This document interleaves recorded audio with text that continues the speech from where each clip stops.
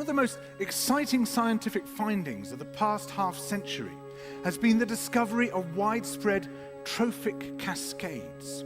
A trophic cascade is an ecological process which starts at the top of the food chain and tumbles all the way down to the bottom.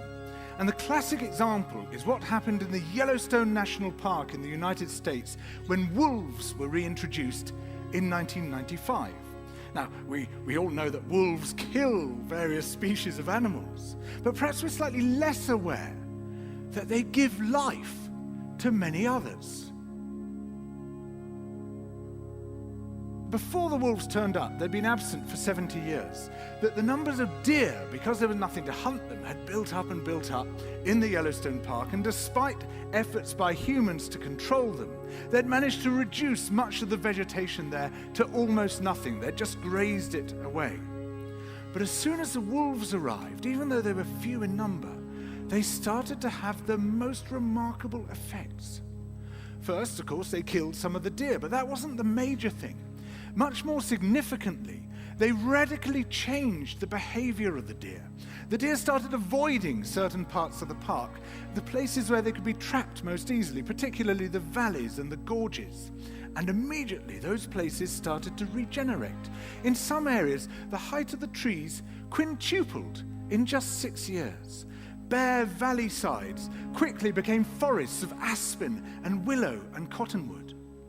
And as soon as that happened, the birds started moving in. The number of songbirds and migratory birds started to increase greatly. The number of beavers started to increase because beavers like to eat the trees. And beavers, like wolves, are ecosystem engineers. They create niches for other species. And the dams they built in the rivers provided habitats for otters and muskrats and ducks and fish and reptiles and amphibians. The wolves killed coyotes, and as a result of that, the number of rabbits and mice began to rise, which meant more hawks, more weasels, more foxes, more badgers. Ravens and bald eagles came down to feed on the carrion that the wolves had left. Bears fed on it too, and their population began to rise as well, partly also because there were more berries growing on the regenerating shrubs. And the bears reinforced the impact of the wolves by killing some of the calves of the deer. But here's where it gets really interesting. The wolves changed the behavior of the rivers. They began to meander less. There was less erosion. The channels narrowed. More pools formed. More riffle sections, all of which were great for wildlife habitats. The rivers changed in response to the wolves. And the reason was that the regenerating forests stabilized the banks so that they collapsed less often, so that the rivers became more fixed in their course. Similarly, by driving the deer out of some places and the vegetation recovering on the valley sides, there was less soil erosion because the vegetation stabilized that as well. So the wolves, small in number, transformed not just the ecosystem of the Yellowstone National Park, this huge area of land, but also its physical geography.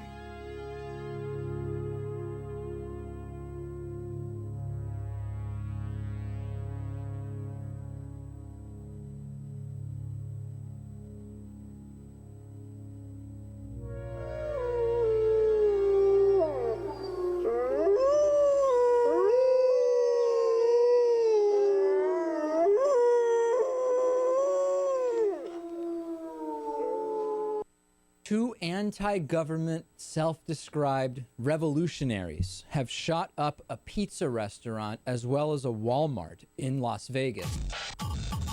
The internationally syndicated political series, The David Pakman Show, provides progressive talk, analysis, and interviews with the nation's youngest radio and television host, David Pakman. Find out more and catch up on all the latest episodes by visiting our website at freespeech.org.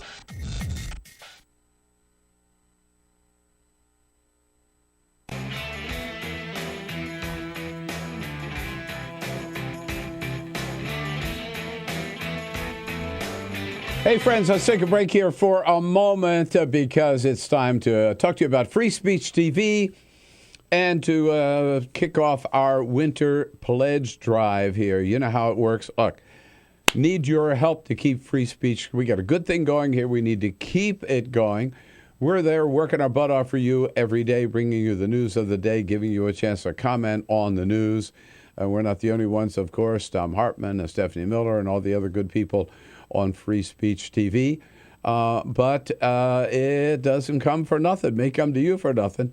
But it does cost a lot to keep Free Speech TV on the air. And Free Speech TV as that independent, totally, no restrictions, anything. We can talk about anything and say anything. The Free Speech TV we're able to do that because we get no government money, no corporate money, no foundation money. It's all the support of our viewers that keeps Free Speech TV on the air. So we need your help, again, as generously as you can. Go to our website at freespeechtv.org. Make your pledge today. Or just give a call at 877-378-8669. And to maybe inspire you to be as generous as you can. If you can just help with $60 a year or $5 a month, you'll get a Free Speech TV travel mug.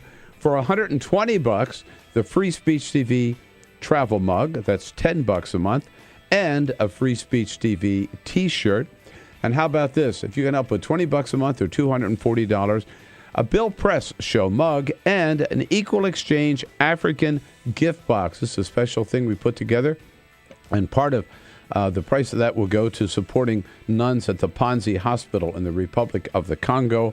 That gift box includes, among other things, a pound of Congo coffee, a bar of Bread for Life Shea butter soap, a Bread for Life Musana bangle bracelet, and Bread for Life peppermint lip balm for $240 a month. For $360 a month, $30 a month, a Free Speech TV mug, 2 Bill Press Show mugs, and that African gift box.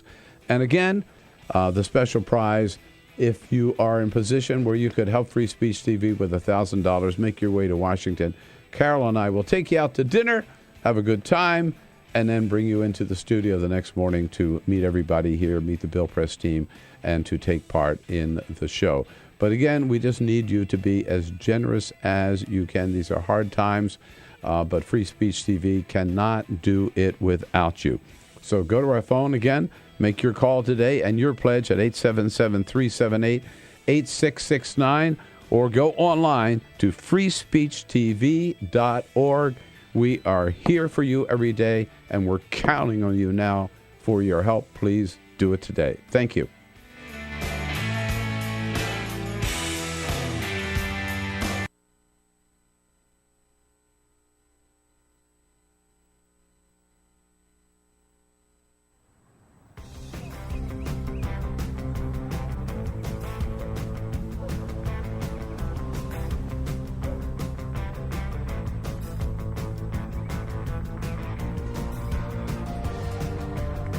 You know, sometimes when I'm walking down the street, I'm not necessarily looking out and seeing all these water-wasting lawns and people that aren't as connected to their neighbors and their lives as they could be. I'm walking down the street looking, going, edible oases, rainwater, fed landscape, and just looking at the possibility of these sort of landscapes up and down the streets of neighborhoods and communities all across this world.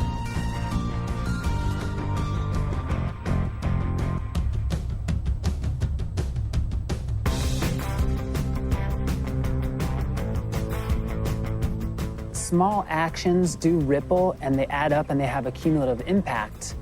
And so when you're building upon your small mindful actions, you know, you have the confidence and the ability to take on something a little bit greater. So that could be nice. This, in the context of where we're at as a planet with climate change and these really big issues, and people that are more disconnected and less skilled than ever, it becomes even more amazing and powerful how much of a solution this is to design these ecological gardens and to come together with shared vision and shared voice. There's never been a time where your choices have mattered more. Doing something as simple as us transforming a landscape creates a model that anybody could look at far and wide, and you're sharing food and connecting and building skills together in your own neighborhood. It's a richer way to live in normal times, but in the new normal of climate change and erratic weather and economic upheaval, it becomes essential. Whether it's me, you, Gandhi, Che, MLK, Willy Wonka, whoever, past, present, or future, the power of our daily actions is all that we have. You know, and like our community said, give me a place to stand and a lever long enough and I'll move the world. And that's what those simple actions do. They move the world every day.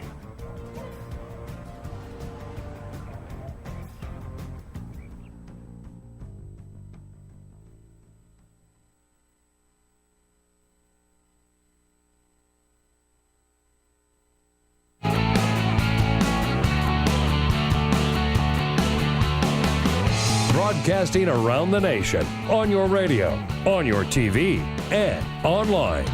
This is The Bill Press Show. Oh, yes, indeed. It is The Bill Press Show. Monday, March 2nd, 2015. Can you believe it's March already? Every year, it feels like February is the shortest year of the month. It just, boom, just flies by. Before you know it, it's gone. But here we are. It's March. Bill is out today. This week, I mentioned last week he was in Las Vegas. I was wrong. It's this week he's in Las Vegas. Not the whole week. He's just taking a couple of days. So you're going to have me. You're going to have a couple of other very interesting fill-in guests, fill-in hosts who are going to be in the big chair helping us get through the week while Bill is away. But don't worry, he'll be back. He'll be back. Of course, I couldn't do this by myself. We brought in the whole crew today, despite the fact that there are some icy conditions here in Washington, D.C. I just got the note. Schools are closed. Oh, my goodness. Montgomery County, we're just outside of Washington, D.C. The sidewalks are so icy and gross that the kids don't have school today. So I'm really excited about that. Yeah, really I can tell. Because yesterday it was crap weather, and Mrs. Ogburn was gone like all day, and Daddy wasn't feeling so good because Daddy had too many beers the night before. So we sat around and we did absolutely nothing all day yesterday, which is going to be great because we're going to do that again today, it sounds like, with the kiddos. Oh, no. We are on your favorite progressive talk radio station. We are streaming live audio at BillPressShow.com. You can also listen to us on the iHeartRadio app or on the TuneIn app using the Progressive Voices channel. A great, great way to get a hold of the show. If you want to get the full experience, you want to not only hear the show, you want to watch the show. We have cameras in here. Watching our every move, you can watch us on Free Speech TV on your Dish Network or DirecTV. Don't have that? You can watch us on the internet. YouTube.com/TawkrTV. TAWKRTV. YouTube.com/TawkrTV. If you were watching us, because Cyprian Boulding is here, keeping us on the video screens, making sure that we're coming through loud and clear for you. Our phone number is 866-55-PRESS, 866-557-7377. If you call that number, and I hope that you do, if you call that number, you'll be talking to Alicia Cruz, standing by to take your calls. And running the board, keeping us between the ditches, is Elisa Murphy. Elisa, happy Monday. Hey, happy Monday. Everybody have a good weekend? Yeah, it was nice. You sure about that? Yeah. Who are you trying to convince, me or you? You don't sound so sure. Just to have like days where you can sleep in is always nice. Went to a really good French restaurant over the weekend. Oh, yeah? Le Refuge in Alexandria. It's very good. You have to go there. You'd love it. It's very like country French. I like that. But beautiful. I'm all it's about so that. good. The filet mignon there is amazing. Oh, nice. I don't know filet mignon. Really? Yeah. Why not? It's the worst cut of meat you can order. Oh, I love it. Really? Yeah. No, it doesn't have any flavor to it, though. I think so. Do you? Well, I mean, it has enough, like, Béarnaise sauce on it. And all that stuff. I hear you. I had a good weekend. You want to hear about it? Too bad. So I'm going to tell you anyway. So I went out to I actually went out to dinner on Friday night with a friend of mine and her girlfriend, and Mrs. Ogburn came along as well. So we're at dinner, and we're trying to walk in. It's this place, Boss Shepherd's, which is downtown, which is really, really good. Huh? And so we're trying to walk in the front door. Big burly guy goes, "No, stay right here. Stay right here." I said, "Oh boy." And so there was a hold up, and then we get in, and the place is swarming with black trench coats. It's okay, somebody's coming in here tonight. So we're hanging out at the bar for a little while, waiting for a reservation, and everybody's there. I actually noticed a couple of reporters there that we're friendly with, the chirping around. Buzz. So you know who it was? Phoebe. It was Eric Holder. Oh, really? I mean, I kind of wanted a little bit bigger payoff. Yeah. Did you give him a good bon voyage? No, it was. I think it was actually his retirement party because they had the whole back room sort of cordoned off, and so he was back there. They wouldn't let him out with the regular schmo. Well, you know how to pick your restaurants. Apparently. But I was kind of hoping for somebody bigger. I was hoping for Biden. Yeah. Somebody fun. Yeah. Yeah, right? Like Holder just straight back, and that was it. Biden would have shook every damn hand in the restaurant. You would have had to watch out for your wife, though, with Biden in the room. That's a good point. That's a good point. And then Saturday night, I got to tell you, I had the best freaking time. I went and saw the Lewis Black. Oh, my gosh. It's the Bill of Rights, Let Freedom Laugh. And it's a lineup of phenomenal comics, and they're celebrating the Bill of Rights. And so they come out and they push the limit. They have some very politically incorrect humor, but that's the whole point of a thing like this. I saw Dick Gregory, the legend Dick Gregory, who honestly didn't do a ton of comedy, but I didn't care. He came out and just talked about race and equality and women's rights, and just was awesome to see a guy like that. Our buddy John Fugelsang was on the ticket. Oh, yes, he's very good. Tom Smothers from the Smothers Brothers. I was crying. I was laughing so hard at Tom Smothers. That guy is a genius. And then Lewis Black. There were a couple. Ahmed was a comic. There was another female comic that was there. She was very funny. And then Lewis Black closed it out. It was great. Was that just a one-time event, or is that going on? So they're talking about turning it into a tour, but they taped this for TV. It's going to be on, I think, Access TV. Oh, okay. It's one of those high-def networks. And so you had to, there are signs up that say you might be on TV or whatever. I hope that's not the case. That's very cool, though. That sounds awesome. Great. Holy crap. It was so good. And like, politically active and politically aware comics. And Lewis Black had, 10 minutes of material on how screwed up the Congress is, just based on their actions on Friday. Oh my gosh! It was can't even imagine. So screwy. It's so true. A lot of material on the fact that we've legalized marijuana here in D.C. There was a lot of material on that. And you know who else was there? There was a little shout out from Fugelsang. When Fugelsang was on stage, he made sure to point out that Barry Lynn, our buddy Barry Lynn, was in the crowd. Wow. So I hung out with Barry Lynn afterwards, said hello. It Cool. was great. It was a phenomenal You had a great show. weekend. That's right. And then I sat around the house doing very, very little yesterday. To digress a little bit. I had been overserved the night before. And so, yeah. So it's just me and the kids. Very nice. Nah, not really. Oh, come on. Not really. Anyway, that's not the only thing that happened this weekend. CPAC, baby! CPAC wrapped up. Hey, congratulations to Rand Paul. He won the straw poll at CPAC, which is apparently a big deal over there for these people. I have a lot of takes on CPAC because all of the major presidential candidates showed up at CPAC. I think the only one that ended up not going, was Mike Huckabee. But Jeb was there. I mentioned Rand won. Marco Rubio was there. Christie was there. So this is the thing with CPAC when we talk about it in these political circles here in D.C. or when we join together with you on the show, is people say, oh, well, it's CPAC. It's kind of the fringe. And yeah, they're the base, but nobody really thinks that what they believe is going to be on the ticket, that a lot of these major players and the front runners, they all have to kind of show up because, they have to sort of kiss the ring of the base. And I hear that and I understand that. But at the same time, they really haven't done anything to make CPAC any less goofy. That you would think that because they've brought in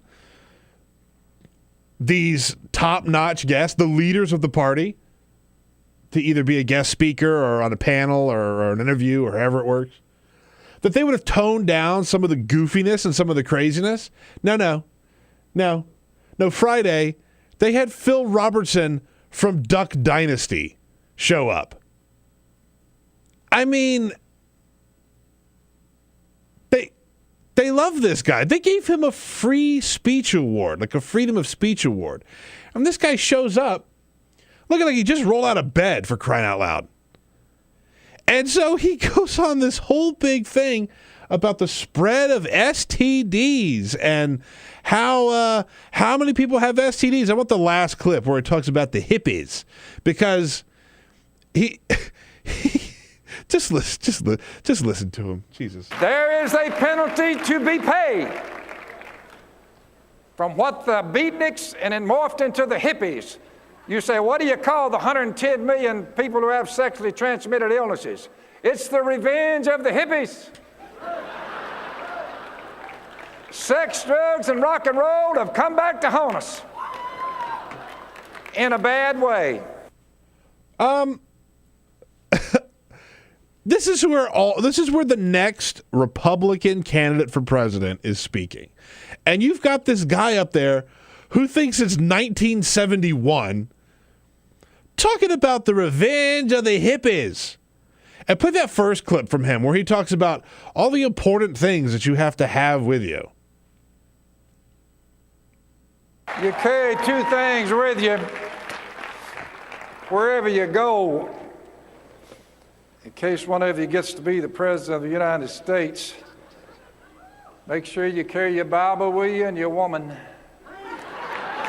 He started his whole thing by taking out his Bible, and everybody's screaming, going crazy. Oh, of course. That's porn to them. Take out your Bible and your woman. Carry your Bible and your woman. You know, because they're both pieces of property that you carry around, right? Duck Dynasty. Rick Santorum was there. Oh, this is great. This is a little segment I like to call when good jokes go bad.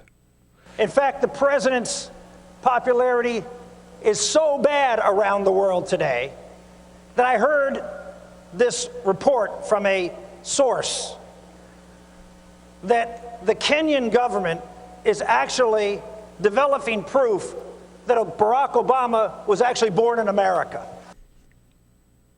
He sounds even nervous saying that. Oh, I get it.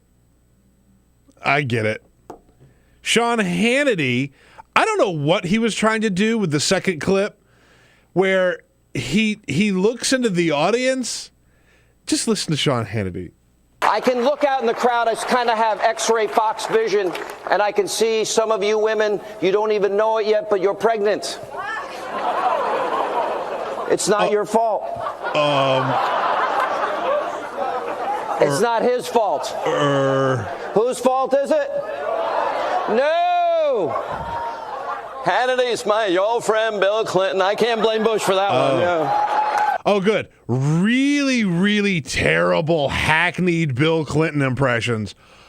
Always in season. And what the hell is he talking about? I have X-ray Fox vision, and I can look at you women and know that you're pregnant? He started out saying how good-looking everybody was. Oh, I'm sure. And then Hannity is interviewing Ted Cruz, and Ted Cruz tries to make this. I don't even know what the hell this joke is. I want to warn everybody, I am asking this next question because I know the liberal media will. Okay, so might as well get it out of the way for them. Go for it, Hannity. That's my job. I get paid to do that. No, I have not stopped beating my wife. Okay. Oh. What? Good joke. Good, hilarious joke. Good fun. That's his sort. That's where he goes. That's where his well is. When he needs a one-liner, he goes to whooping on women. That's his joke. Don't you get it? Why aren't you laughing? Isn't that hilarious? Isn't that just an absolute knee slapper? I'm not still beating my wife. Look, I've carried her with me with my Bible.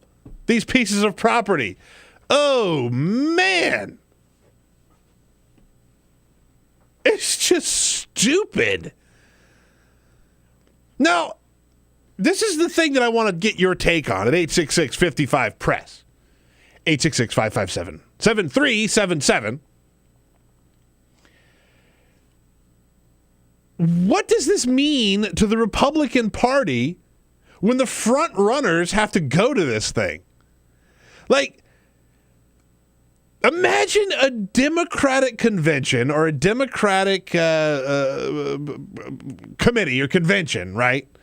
And Joe Biden, Hillary Clinton, Martin O'Malley, Bernie Sanders, all of the sort of Jim Webb, all of the names that have been thrown around for 2016 on the Democratic side. Imagine if they all spoke at somewhere like that, and Martin O'Malley makes a joke about beating his wife. Can you imagine what Fox News would do with that? Can you imagine what mainstream media would do with that? Liberal bias, in this case, forget it. They'd have him for breakfast.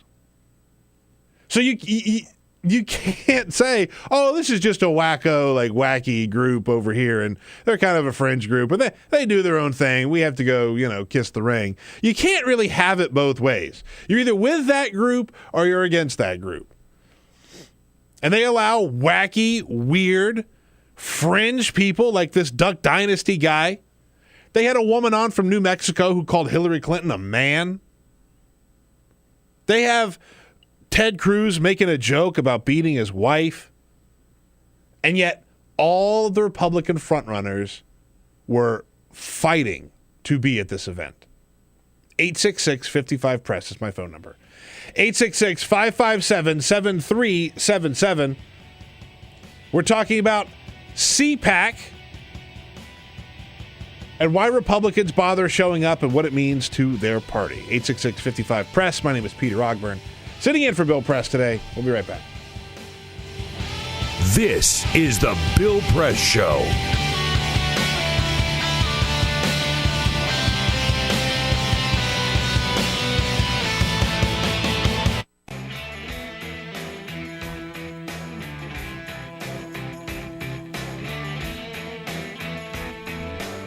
Hey, friends, let's take a break here for a moment because it's time to talk to you about Free Speech TV and to kick off our winter pledge drive here. You know how it works. Look, need your help to keep free speech. We got a good thing going here. We need to keep it going.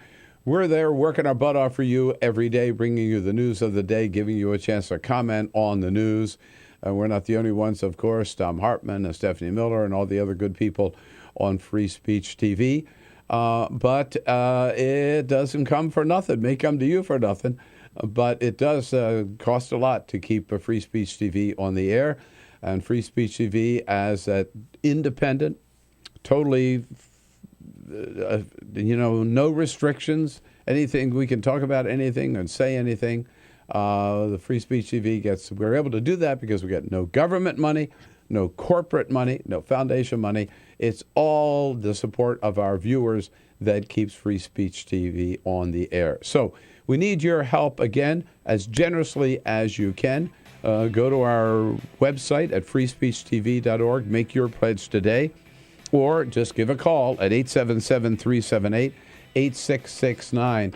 And to maybe inspire you to be as generous as you can. If you can just help with $60 a year or $5 a month, you'll get a Free Speech TV travel mug. For $120, the Free Speech TV travel mug, that's $10 a month, and a Free Speech TV t-shirt.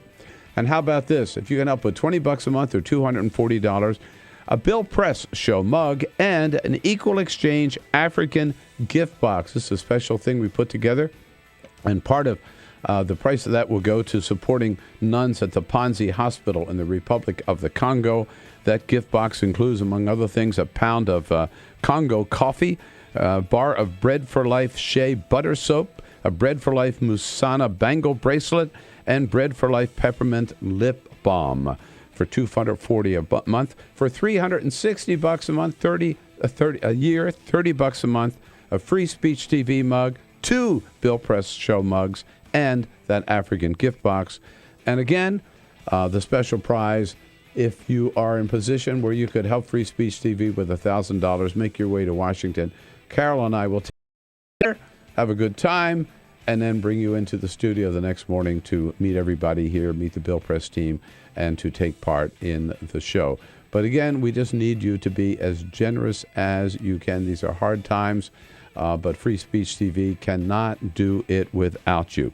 So go to our phone again, make your call today and your pledge at 877-378-8669, or go online to freespeechtv.org.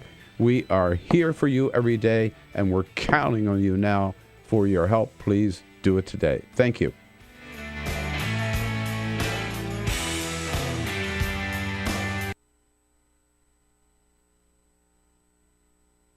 What the frack? What the frack? What the frack? What the frack? President Obama, are you fracking kidding me? Reopen the EPA studies. In Texas, Wyoming, and Pennsylvania. Fracking pollutes our oceans. Fracking poisons our water. Fracking makes climate change worse. Fracking relies on toxic chemicals that cause cancer. Ban fracking now. Ban fracking now. Go on. Ban it. Ban fracking now. Please.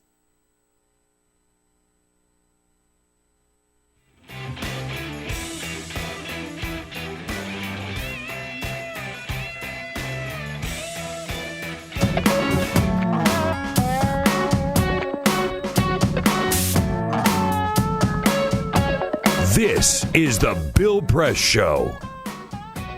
Yes, indeed, it is the Bill Press Show, 27 minutes past the hour, talking about CPAC.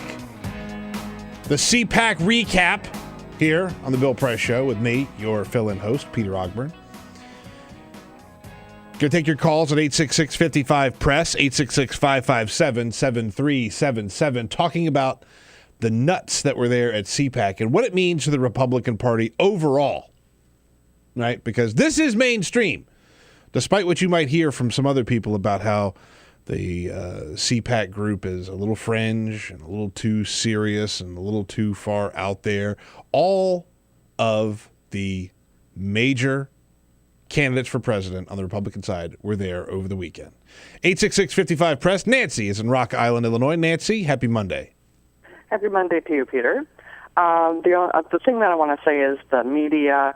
You mentioned the media and how they handle this, and they wouldn't expect any more, or any less from these kooks, because that's who they are, and they wouldn't expect, if we went out there, then yeah, they would be shocked, but they're not shocked with who they represent, because that's who they are. That's a good point, Nancy. That's a good point. I guess I was trying to say, in my analogy, like the only thing I can maybe compare it to is a Move On convention or something like that. And even then, they wouldn't have the crazies that CPAC have. But if Move On had a group of people making fun of the Republicans the way the Democrats did, I don't think that would fly in the media. I'm surprised we're not talking about it more here. 866-55-PRESS. This is the Bill Press Show.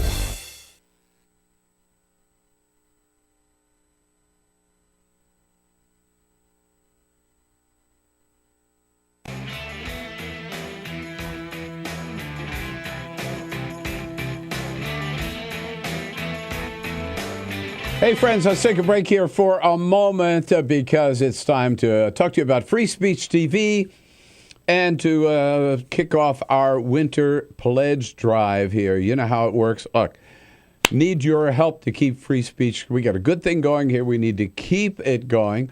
We're there working our butt off for you every day, bringing you the news of the day, giving you a chance to comment on the news.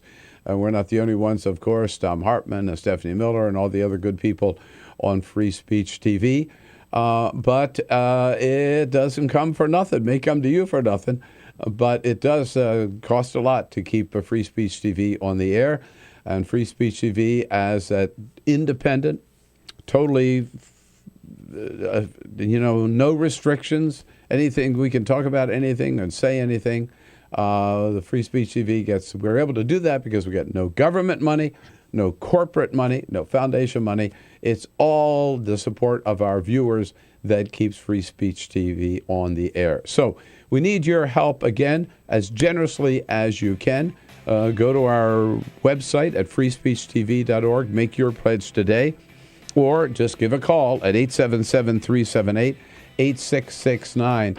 And to maybe inspire you to be as generous as you can, if you can just help with $60 a year or $5 a month, you'll get a Free Speech TV travel mug.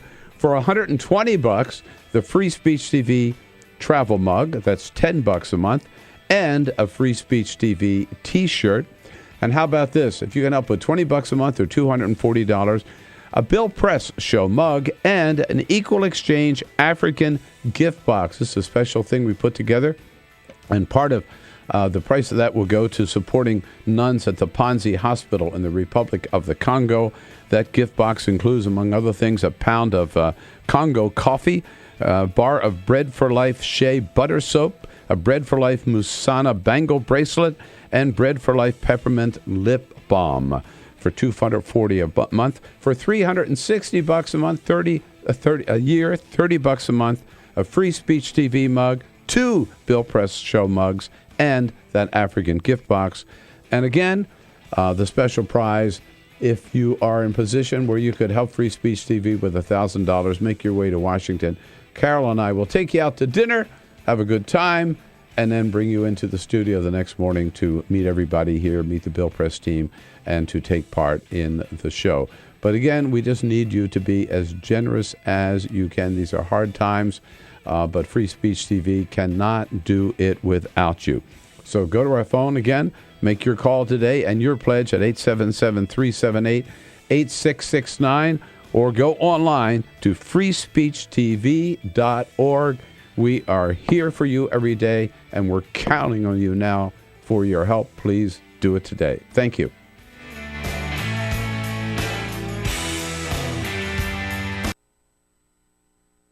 Two anti-government, self-described revolutionaries have shot up a pizza restaurant as well as a Walmart in Las Vegas. The internationally syndicated political series, The David Pakman Show, provides progressive talk, analysis, and interviews with the nation's youngest radio and television host, David Pakman. Find out more and catch up on all the latest episodes by visiting our website at freespeech.org.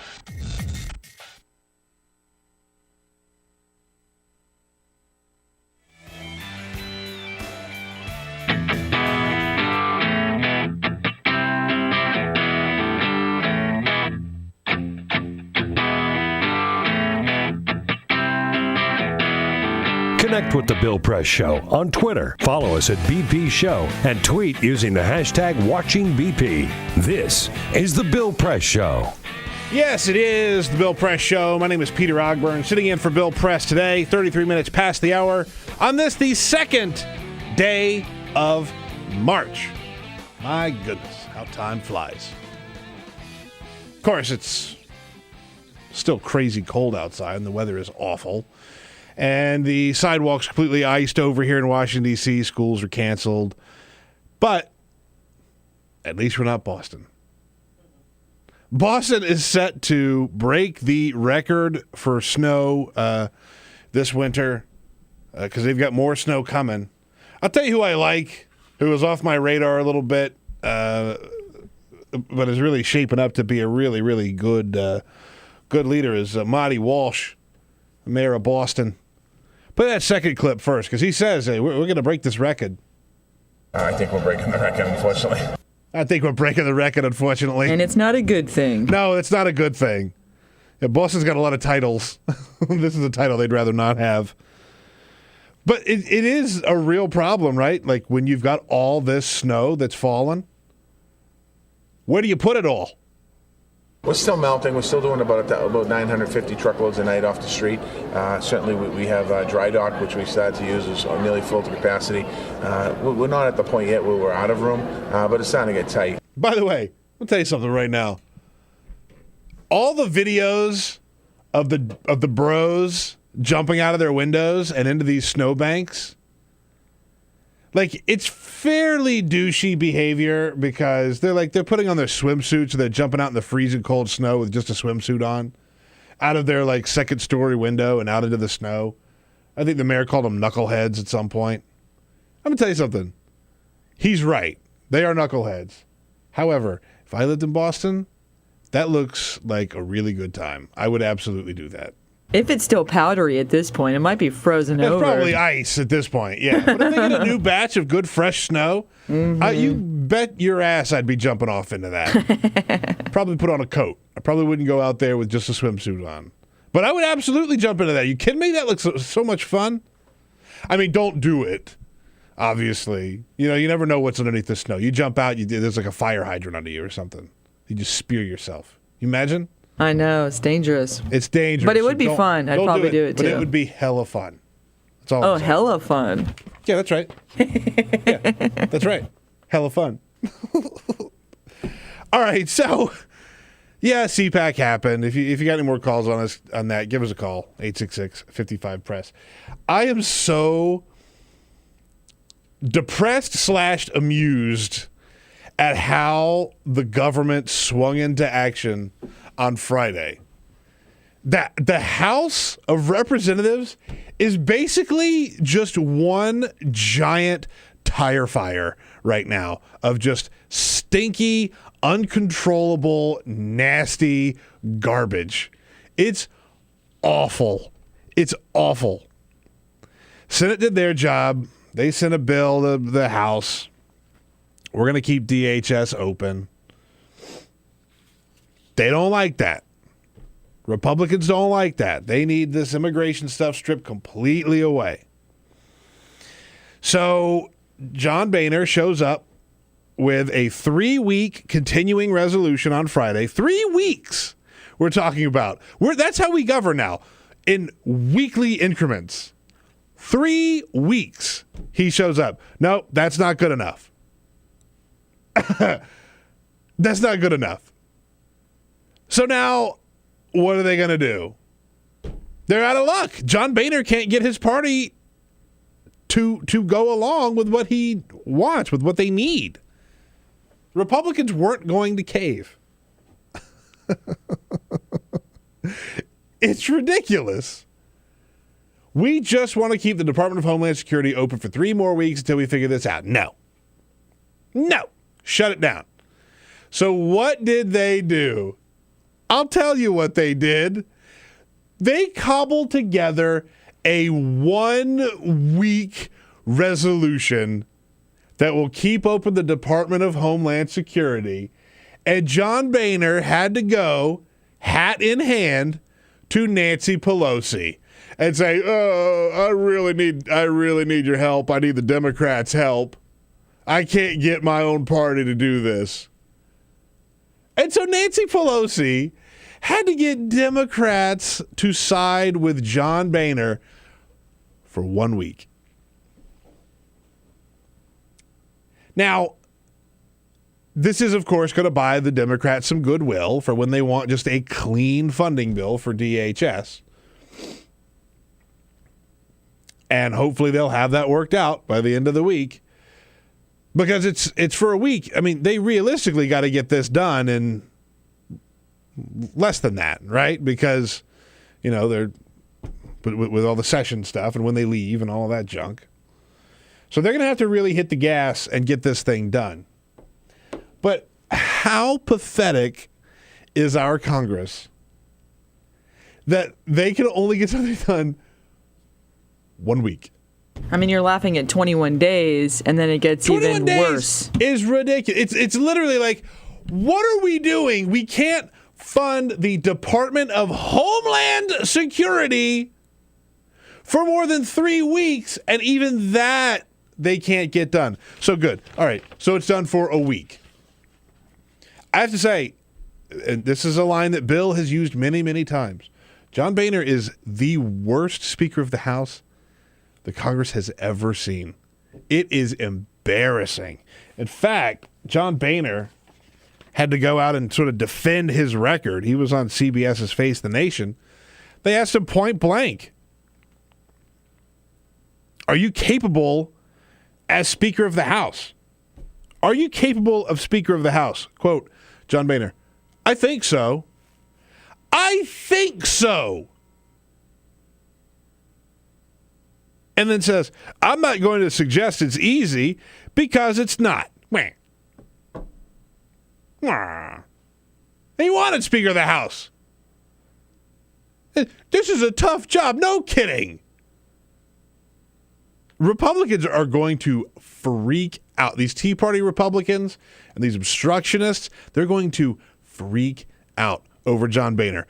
Could he get ousted? It might be a little too much. I honestly, maybe he could if they could all get their stuff together. But they can't get their stuff together. They can't get their stuff together on a 1-week bill. That they can't even get together on. So I don't think they're going to be able to keep John Boehner or kick him out of that seat. 866-55-PRESS. 866-557-7377. Let's play a little bit of audio from here. Let's play the Harry Reid clip first, because Harry got in on this on Friday. Progress has been made all during the day. I appreciate very much the cooperation of everyone involved. I'm confident the House will pass a 7-day CR tonight, and there will be, within 7 days, full funding for the Department of Homeland Security. And, of course, Nancy Pelosi came out, the hero of the day. We certainly want to protect the American people every minute of every day, 24/7. That includes today, and we believe that within the next 7 days, hopefully 5, that we will have a bill that takes us to the end of the year. 866-55-PRESS is our phone number, 866-557-7377. Want to hear from you about this and whether or not John Boehner can continue as Speaker.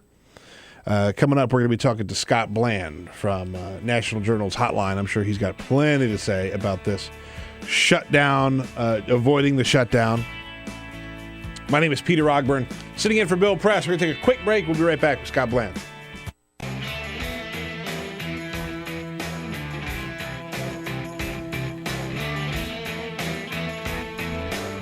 Hey, friends, let's take a break here for a moment because it's time to talk to you about Free Speech TV and to kick off our winter pledge drive here. You know how it works. Look, need your help to keep free speech. We got a good thing going here. We need to keep it going.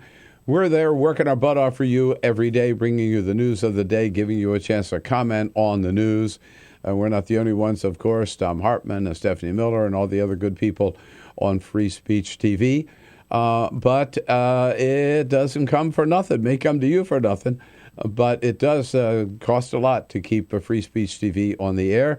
And Free Speech TV as an independent, totally, no restrictions, anything. We can talk about anything and say anything. The Free Speech TV we're able to do that because we get no government money, no corporate money, no foundation money. It's all the support of our viewers that keeps Free Speech TV on the air. So we need your help, again, as generously as you can. Go to our website at freespeechtv.org. Make your pledge today. Or just give a call at 877-378-8669. And to maybe inspire you to be as generous as you can. If you can just help with $60 a year or $5 a month, you'll get a Free Speech TV travel mug. For $120, the Free Speech TV travel mug, that's $10 a month, and a Free Speech TV t-shirt. And how about this? If you can help with $20 a month or $240, a Bill Press Show mug and an Equal Exchange African gift box. This is a special thing we put together. And part of the price of that will go to supporting nuns at the Panzi Hospital in the Republic of the Congo.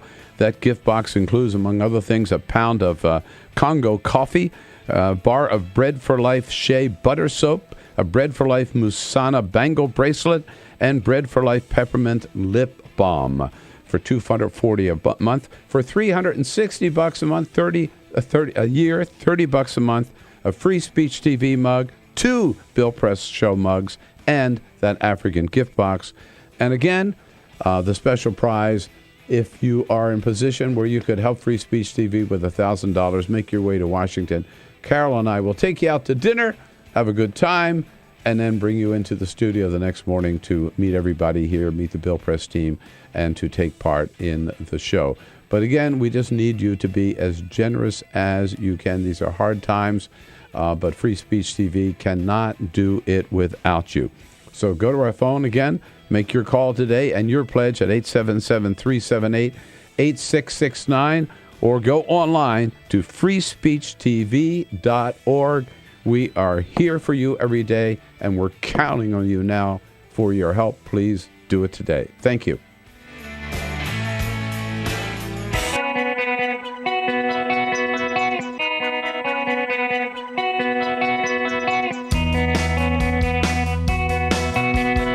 Seen on Free Speech TV and online on TawkrTV. This is the Bill Press Show.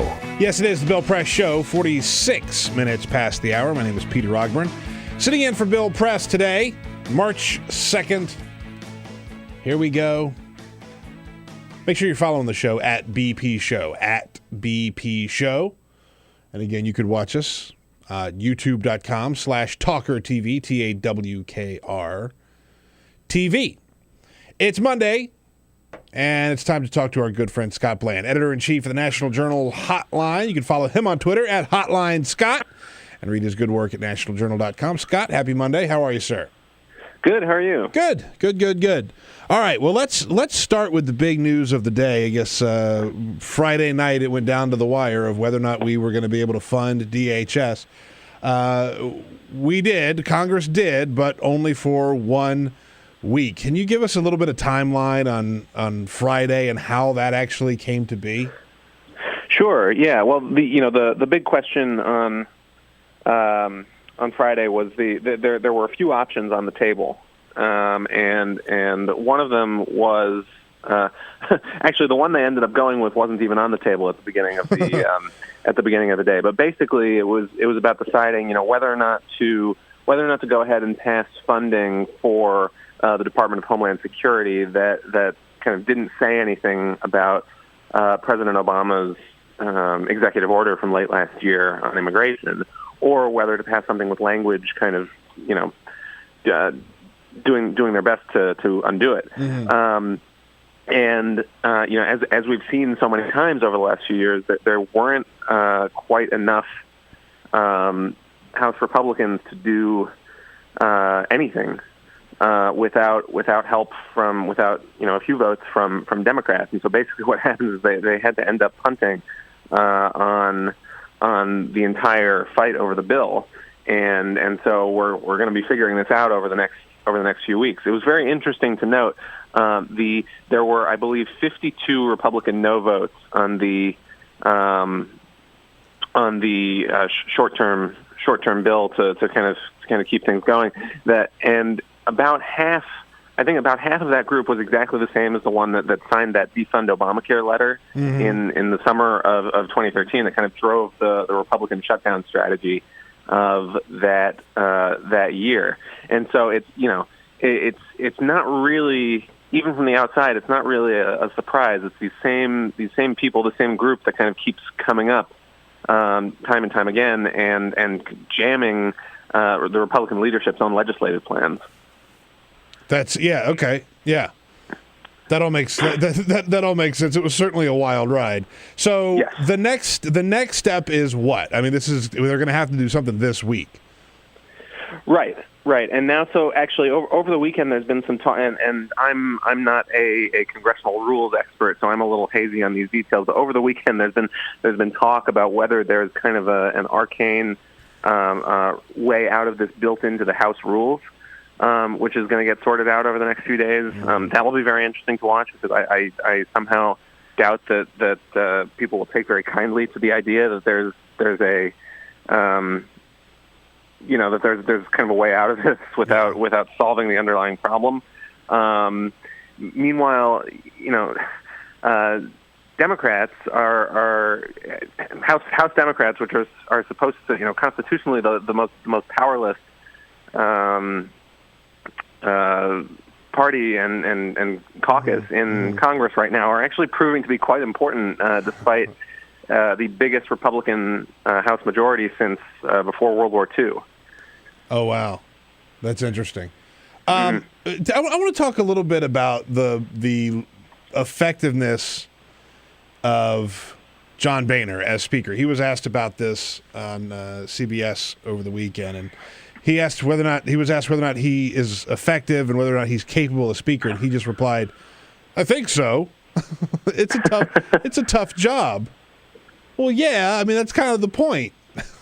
But I mean, he really had a hard time getting this all together. Sure, and you know it's not done yet. It's still there is still plenty of stuff that isn't together with this so far. I mean, the tricky thing about it is that it seems to be the same thing over and over, right? And there's a school of thought about Boehner that the again the same group that he's dealing with over and over.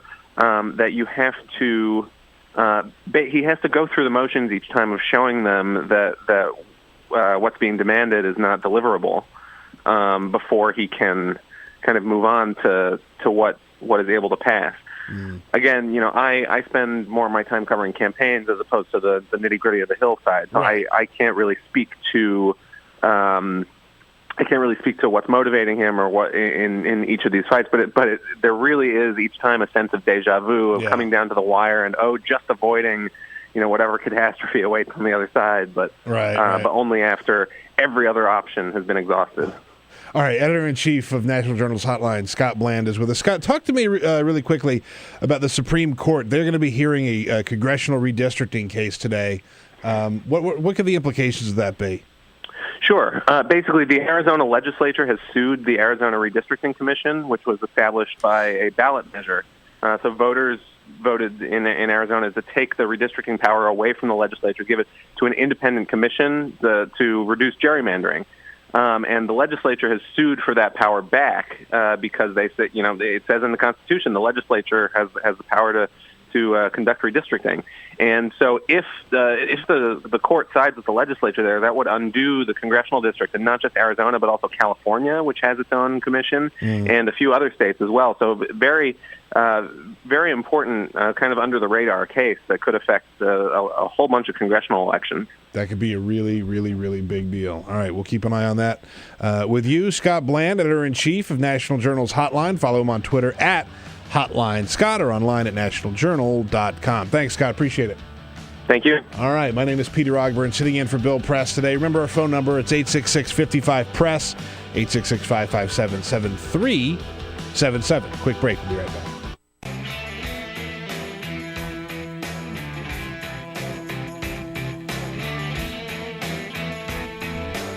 Hey, friends, let's take a break here for a moment because it's time to talk to you about Free Speech TV and to kick off our winter pledge drive here. You know how it works. Look, need your help to keep free speech. We got a good thing going here. We need to keep it going. We're there working our butt off for you every day, bringing you the news of the day, giving you a chance to comment on the news. We're not the only ones, of course. Tom Hartman and Stephanie Miller and all the other good people on Free Speech TV. But it doesn't come for nothing. It may come to you for nothing, but it does cost a lot to keep a Free Speech TV on the air. And Free Speech TV as that independent, totally, no restrictions, anything, we can talk about anything and say anything. The Free Speech TV we're able to do that because we get no government money, no corporate money, no foundation money. It's all the support of our viewers that keeps Free Speech TV on the air. So we need your help, again, as generously as you can. Go to our website at freespeechtv.org. Make your pledge today. Or just give a call at 877-378-8669. And to maybe inspire you to be as generous as you can. If you can just help with $60 a year or $5 a month, you'll get a Free Speech TV travel mug. For $120, the Free Speech TV travel mug, that's $10 a month, and a Free Speech TV t-shirt. And how about this? If you can help with $20 a month or $240, a Bill Press Show mug and an Equal Exchange African gift box. This is a special thing we put together. And part of the price of that will go to supporting nuns at the Panzi Hospital in the Republic of the Congo. That gift box includes, among other things, a pound of Congo coffee, bar of Bread for Life Shea Butter Soap, a Bread for Life Musana Bangle Bracelet, and Bread for Life Peppermint Lip Balm for $240 a month. For $360 a month, 30 a year, $30 a month, a free Speech TV mug, 2 Bill Press Show mugs, and that African gift box. And again, the special prize, if you are in position where you could help Free Speech TV with $1,000, make your way to Washington. Carol and I will take you out to dinner, have a good time, and then bring you into the studio the next morning to meet everybody here, meet the Bill Press team, and to take part in the show. But again, we just need you to be as generous as you can. These are hard times, but Free Speech TV cannot do it without you. So go to our phone again, make your call today and your pledge at 877-378-8669, or go online to freespeechtv.org. We are here for you every day, and we're counting on you now for your help. Please do it today. Thank you.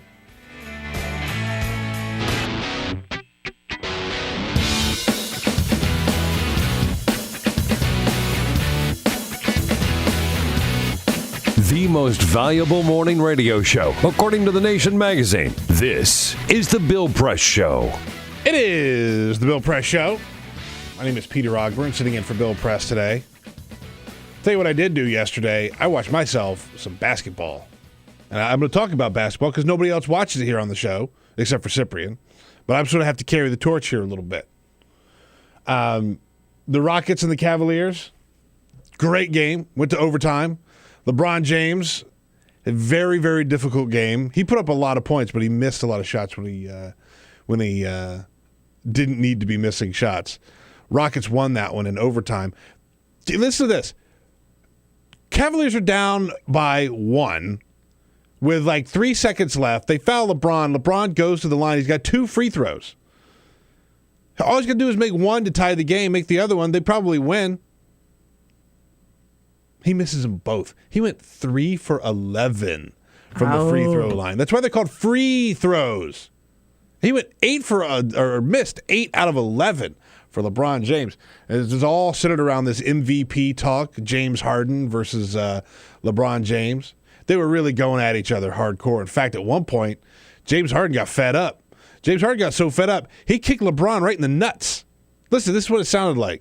James Jones guarding at the top. LeBron coming to double. A lot of contact going for the ball. What do we have here? Remember, LeBron already has a technical foul, and he's barking here that James Harden kicked him. Yeah. And the nastiness continues. LeBron got mad. It was a physical game. People on the floor. And, yeah, I don't know how you don't get thrown out for kicking a dude in the balls during a basketball game. That was pretty dirty, too. I saw that. That is bad. Pretty dirty. All right, we've got a phenomenal rest of the show coming up. We're going to be talking more about CPAC. We're going to get a report from our good friend Brendan James from Talking Points Memo. And later on in the show, we've got Dave Jamieson, Cameron Joseph to talk about DHS, and lots of other good stuff. And, of course, we're taking your calls at 866-55-PRESS. Stay tuned. This is The Bill Press Show.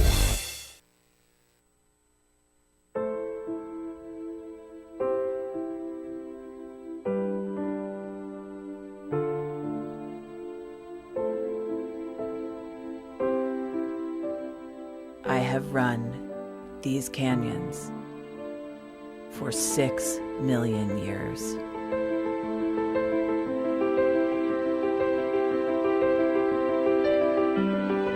I have traveled from the Rocky Mountains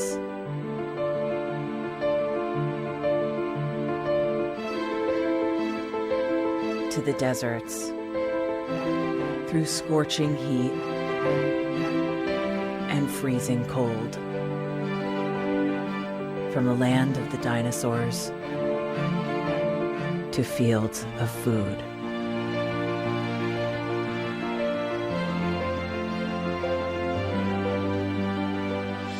I lend my hand to 7 states, 2 countries, 9 national parks, and 36 million people across an arid west.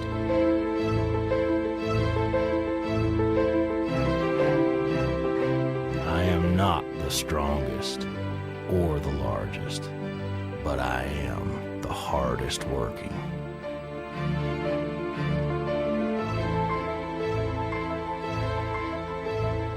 People love me. My playfulness, My beauty. my power,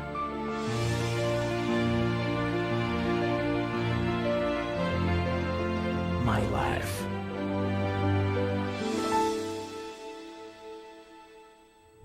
But I don't think I can offer any more. I am tired. I am tired, tapped, and tied. Of the hundreds of major rivers in the world, I am one of the few who no longer kisses the sea. Battles to harness my soul have been won and lost. Use me wisely, and I will sustain you. Use me like you have, and I will break. My name is Red. The Grand River Red. The American Nile. The Canyon Maker. I am the Colorado River. And I am the most endangered river in America.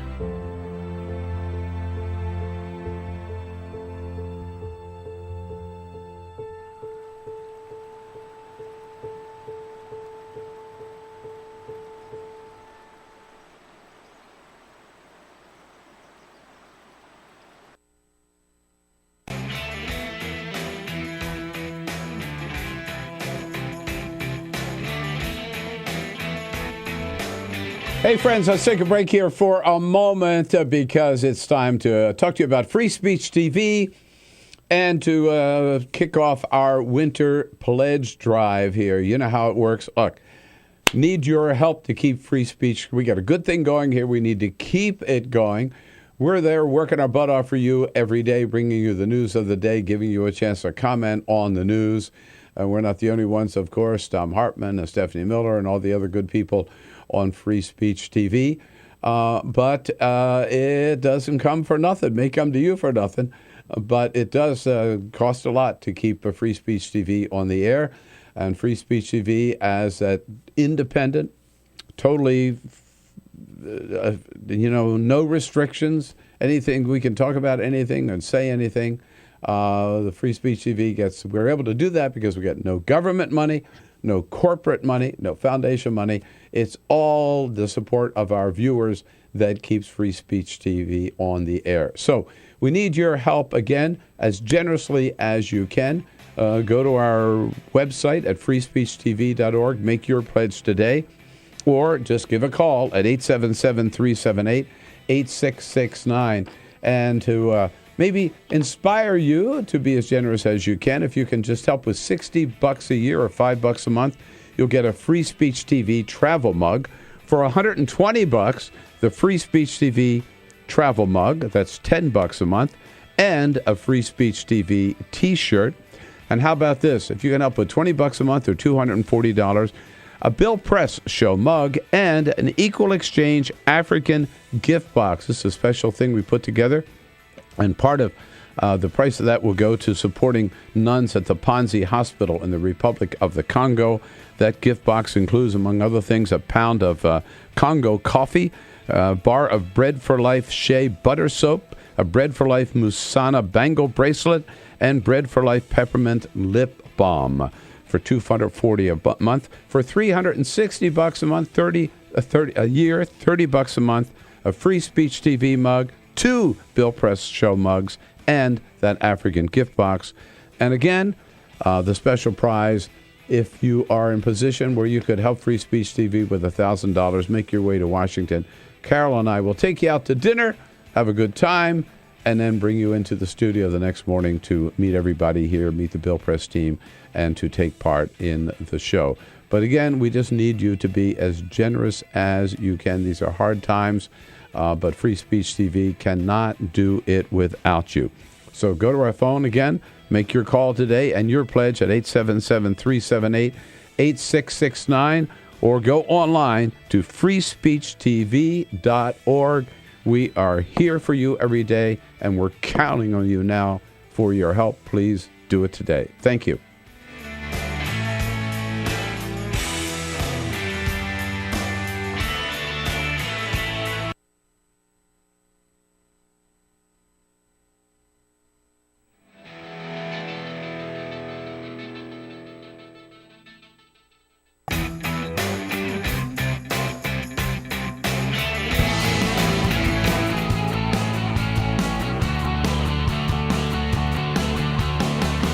Broadcasting around the nation, on your radio, on your TV, and online.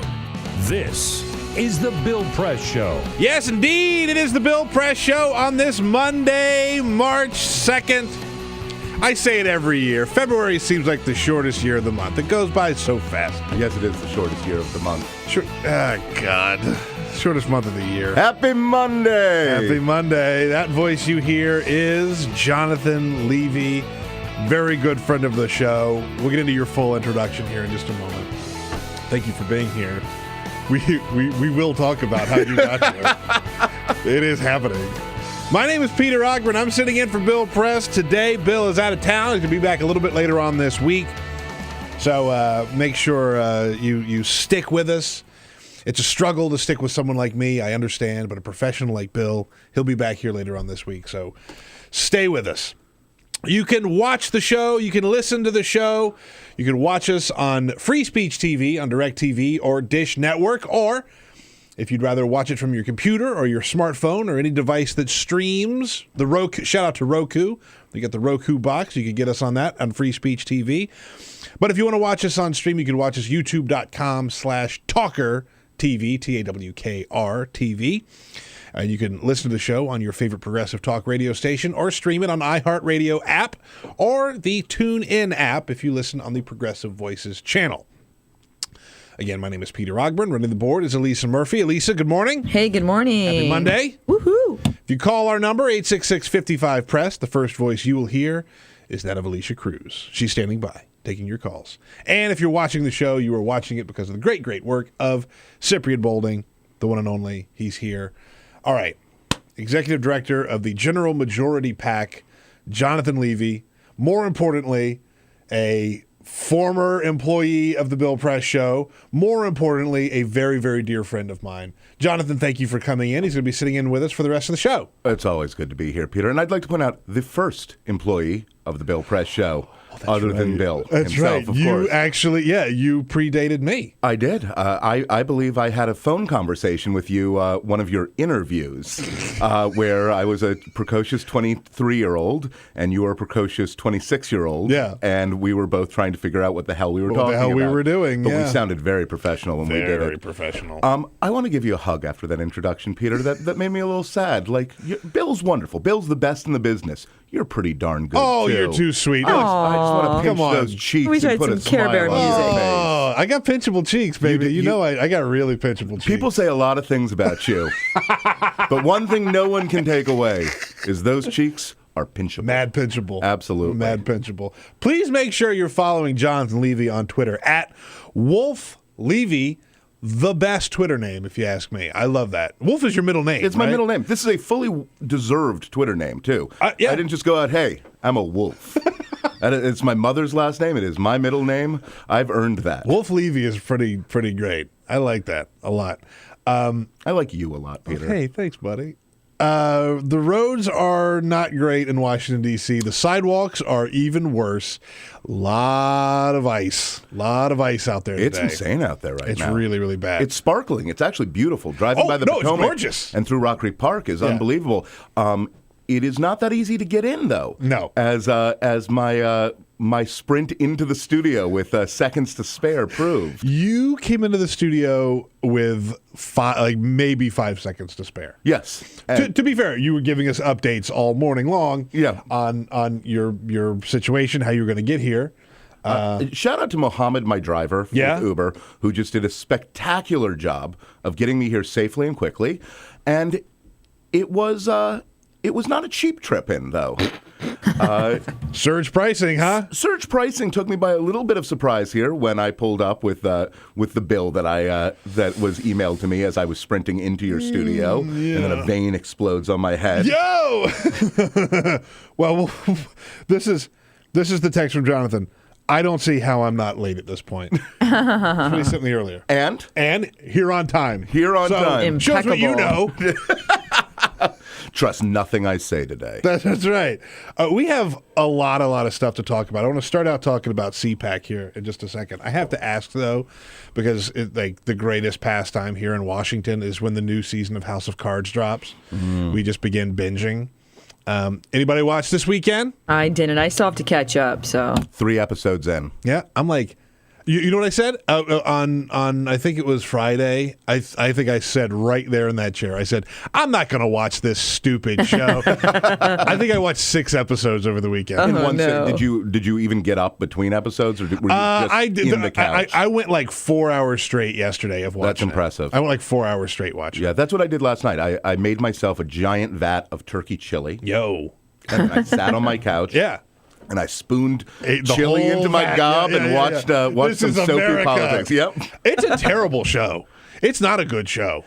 It's not a good show. Season 2 was really, really bad. Season 1 I thought was not good, but enjoyable. I'm a defender of Season 2. Oh, okay. I think Season 2 was soapy fun. Did you like The Godfather Part 3, too?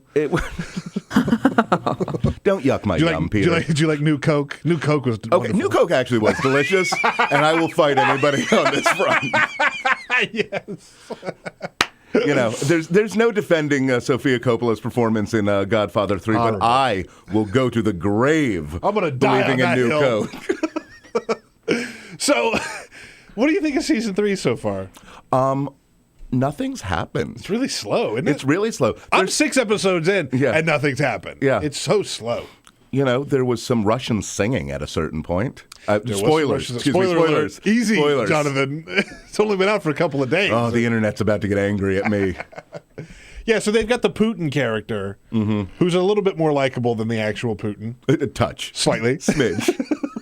Although I'm only 3 episodes in, maybe. He hasn't taken his shirt off either yet for me. That's right. Or ridden a bear. Yes, it's taken his shirt off, ridden a bear, and like karate chopped an eagle as he was going. I hate myself for watching the show. I watch it and it ends, and I go, yeah, let's watch another one. Yes. Well, Netflix got that wonderful little feature where while you take that deep sigh, it just loads the next one for you. Next one, beginning. Don't like the credits? Don't worry. Yes. We're not going to show them to you. Your self-loathing can't catch up with the speed of the Take your pants review. off, get in bed, make yourself comfy. You're not going anywhere. Let me just fast forward for you because you're so lazy. You don't even want to have to hit the button. You just painted a beautiful picture for my Monday morning. That's me.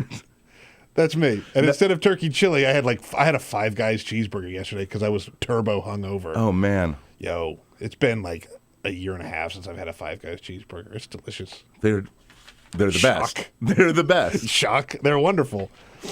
Kids are begging me for fries. No, you can't. I can't have any. I can't give you any of my fries. Once again, parenting tips with Peter Ogburn. I got plenty. you sure have a lot of tips. I got plenty of them. I was in the house all day long yesterday because of all the rain, under the ice and all that crap, and the hangover and the hangover. And Mrs. Ogburn was away all day yesterday, so it was just me and the kids. I can't imagine why she chose to leave the house. We watched when you were that massively hungover. We watched a little bit of basketball. We watched the Ricky Bobby movie. We had cheeseburgers. You watched the Ricky Bobby movie with your children? All right, look. Oh my gosh, this was questionable. Here's the thing. Hang on, hear me out. It's PG-13, and so like... And are either of your kids even close to 13? All right, so I got a 7-year-old, and I got a 10-year-old. But we, like for example, the Avengers movie is like a PG-13, and they love it. And I was like, oh, well, this is... Those movies are PG-13 for different reasons, you're Peter. Right. I discovered that yesterday. We're watching it, and like I had the classic parent move. Like there was a scene that I remembered coming up that was not appropriate. I was like, just to cover. Wait, I like that the classic parent moment to you is developing the whooping cough. I know. Classic parenting. Yeah, distraction. Kids, don't watch the TV screen. Watch your Daddy father choke. have a heart attack because he's choking. Classic parenting. Yeah. Yeah, I got this. Stand back, everyone. I'm about to parent. Weren't we talking about CPAC? Didn't you lead into this with saying we're going to talk about CPAC? So CPAC. It wrapped up yesterday with Rand Paul winning the straw poll. Shocking. Which is, like, it's not a big shock, but it is kind of interesting to me that the Ted Cruz was very visible in the fact that he was bringing people in to vote for him. And didn't win. But like this is what the Paulites do. I know. They come in and they vote in straw polls, look. and then they go fight with people on internet forums. Like Yeah, exactly. That is their MO. The real surprise is Walker coming in second. I don't know if it's a real surprise, but that actually says something about his strength and his appeal to the base here because he didn't have the organizing capacity. He didn't have the organizing capacity. I think that the CPAC crowd really, really loves Scott Walker, and that's what I want to get to you with is compare Republicans on a national stage, the Republican Party, to CPAC. Where do they fit in? Are they the base, or are they a little more fringe, or what are we dealing with? The base has become pretty fringe of the Republican Party. Yeah. I mean, that's the truth of the matter. And it depends where you're talking about. I mean, primary voters in Iowa, I don't think there's a lot of difference between what you're seeing at CPAC and primary voters in Iowa. Republican primary voters in Iowa, I should say. Right. Now, Republican primary voters in New Hampshire are a different beast from that. So CPAC definitely pulls the hardcore crazy of the right, but that's a pretty strong piece of the base. Yeah. That's how you get Rick Santorum actually winning in Iowa last cycle. Rick Santorum didn't win because of hard-fought ideas and charisma. Although he's full of it. He's full of it. It's seeping out of the sides of his sweater vests. Did you hear the Rick Santorum? Can we play the Rick Santorum joke? Because he's a funny man. I don't know if you knew this. He had jokes. He brought jokes with him to CPAC. In fact, the president's popularity is so bad around the world today that I heard this report from a source that the Kenyan government is actually developing proof that Barack Obama was actually born in America. Wow. What a delivery. Wow. Yeah, the wind-up on that joke. Before we get to the substance, really the walked wind-up, it up there, didn't it? It was like a young Richard Pryor. I heard from a source. Words. So that's bigoted. Yeah. So what was the crowd reaction to that? I mean, we're pretty flat. It was flat. Okay. Pretty flat. By the way, but is that because of delivery or because of content? You know what? Honestly, I think so many people. I do think even the kind of the fringy base, they're so done with that. I know it was funny at one point, and even Democrats have had a lot of fun and jokes with it. But they've moved on from him being a Kenyan socialist to just being the reincarnation of Hitler. That's right. Yeah, exactly. There were more jokes at CPAC, by the way. Did you hear the one Ted Cruz told Sean Hannity? Let's play that. That Hannity asks, it leads into a question with Ted Cruz. He has a hilarious joke. A twosome. Yeah, right? I want to warn everybody, I am asking this next question because I know the liberal media will. Okay, so might as well get it out of the way for them. That's my job. I get paid to do that. No, I have not stopped beating my wife. Okay. Oh! How funny is that joke? Isn't that hilarious? Wow. America, you can have Ted Cruz. Canadians, we don't want him. Yeah, right. Thanks a lot for that. Which is a worse Canadian export? Ted Cruz or Justin Bieber? Which do we send back? It's a real serious question. That's a tough one. Bieber's been quiet for a while, though. Yeah, he has. Beating women, always funny. If you're looking for new material, beating women, rich with material. The great part about this is, he says something like that, people rational, thoughtful people say, you shouldn't say things like that. This is a real issue. Yeah. The response, I'm sure, on the right, from at least some corners of the right is going to be, silly liberals, they can't take a joke. Right. Stick in the mud liberals. It's like, no, we can take jokes, just not ones about wife beating. Yeah, and there is, I mean, look, there are a lot of people on the progressive liberal side who don't like comedy or they don't get comedy. Absolutely. I get that. This is just a joke that's not politically incorrect. It's just a dumb, unfunny joke. It doesn't make sense. It's insensitive. Yeah, it hits. I like insensitive comedy. So this is not that. Whom amongst us doesn't like insensitive comedy? But it has to be funny, and it has to not be mean. Yeah, right. Like, there's a difference between toeing a line with, going against the grain and just being ugly. You like jokes? I got another joke for you. All right. Sean Hannity was talking to the crowd. He looked out into the crowd. He looked at all of the women with something he called his Fox X-ray vision. No context to that. Just sort of added it onto it. He's got jokes for you. I can look out in the crowd. I kind of have X-ray Fox vision, and I can see some of you women, you don't even know it yet, but you're pregnant. Oh. It's not your fault. Whose fault is it? It's not his fault. He'll tell you whose fault is it? No! Hannity's my old friend Bill Clinton. I can't blame Bush for that one. Yeah. What happened over this weekend? It was crazy, right? What, seriously. This is something I was talking about earlier, right? He has the ability to stare into women's uteri. Yeah. Is uteri the plural? I believe of that's uterus? the plural for uterus, yeah. It's what a strange thing to claim you get from your employer also. I get X-ray Fox vision. Where I can stare into your uterus. I'm looking into women. Don't worry. This isn't about anything creepy. Not in a creepy way. God, what's wrong with you guys? I just like to look at women in their uterus, see what they're carrying. Oh man, going back to the Bill Clinton. We're running out of material. We're really digging. This is like you have a really bad Bill Clinton impression. Yeah. This is something Jay Leno retired like 5 years ago. Yeah. But like 5 years ago, he was like, enough already. But I want to add, because there were worse people there, right? Like there was a woman there from, I think, South Dakota who called Hillary Clinton a man. Said Hillary Clinton's a man because she's wearing a pantsuit. No, I got it. That makes perfect sense. Easy right? connection right there. Obvious. Got it. Who hasn't thought of that in Yeah, their head? absolutely. But like at the end of the day, every Republican presidential frontrunner or candidate spoke there, except with the exception of Mike Huckabee, who, let's be honest, it's a stretch to call him a frontrunner, but they were all there. They all wanted to be there. Jeb Bush, Chris Christie, Rand Paul, Marco Rubio. And I want to get your take. We need to take a break here, but I want to ask you what that means to mainstream conservatism when you've got the powerhouses of the party showing up at a place with lunatics. 866-55-PRESS, 866-557-7377. Peter Ogburn in for Bill Press today, along with Jonathan Levy, Democratic strategist, sitting in for the rest of the show. Stay tuned. It's the Bill Press Show. This is the Bill Press Show.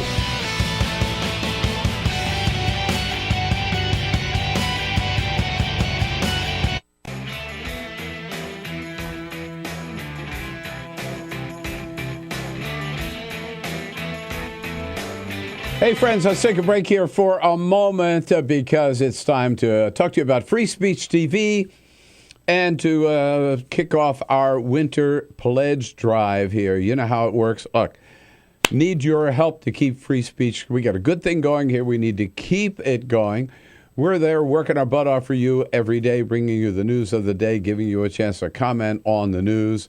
We're not the only ones, of course. Tom Hartman and Stephanie Miller and all the other good people on Free Speech TV. But it doesn't come for nothing. It may come to you for nothing. But it does cost a lot to keep Free Speech TV on the air. And Free Speech TV as that independent, totally, no restrictions, anything. We can talk about anything and say anything. The Free Speech TV we're able to do that because we get no government money, no corporate money, no foundation money. It's all the support of our viewers that keeps Free Speech TV on the air. So we need your help again as generously as you can. Go to our website at freespeechtv.org. Make your pledge today. Or just give a call at 877-378-8669. And to maybe inspire you to be as generous as you can. If you can just help with $60 a year or $5 a month, you'll get a Free Speech TV travel mug. For $120, the Free Speech TV travel mug, that's $10 a month, and a Free Speech TV t-shirt. And how about this? If you can help with $20 a month or $240, a Bill Press Show mug and an Equal Exchange African gift box. This is a special thing we put together. And part of the price of that will go to supporting nuns at the Panzi Hospital in the Republic of the Congo. That gift box includes, among other things, a pound of Congo coffee, a bar of Bread for Life Shea butter soap, a Bread for Life Musana bangle bracelet, and Bread for Life peppermint lip balm for $240 a month. For $360 a month, $30 a month, a Free Speech TV mug, 2 Bill Press Show mugs, and that African gift box. And again, the special prize, if you are in position where you could help Free Speech TV with $1,000, make your way to Washington. Carol and I will take you out to dinner, have a good time, and then bring you into the studio the next morning to meet everybody here, meet the Bill Press team, and to take part in the show. But again, we just need you to be as generous as you can. These are hard times, but Free Speech TV cannot do it without you. So go to our phone again, make your call today and your pledge at 877-378-8669, or go online to freespeechtv.org. We are here for you every day, and we're counting on you now for your help. Please do it today. Thank you.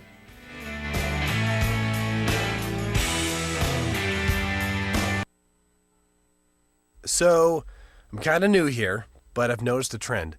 My human does this funny thing where she goes around and gets all my toys, and then she hides them in that basket by the door.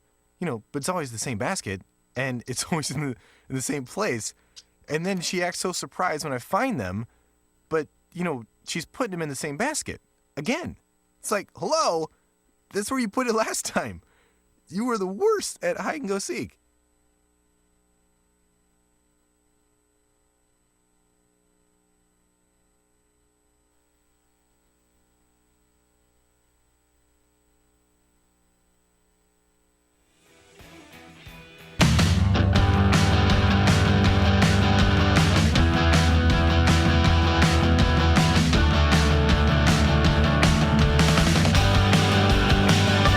This is the Bill Press Show. All right, Peter Ogburn and Jonathan Levy sitting in for Bill Press today. Jonathan, before we went to break, I asked you, want to get your reaction to CPAC compared to mainstream conservatives and what it means when all of the presidential frontrunners show up there.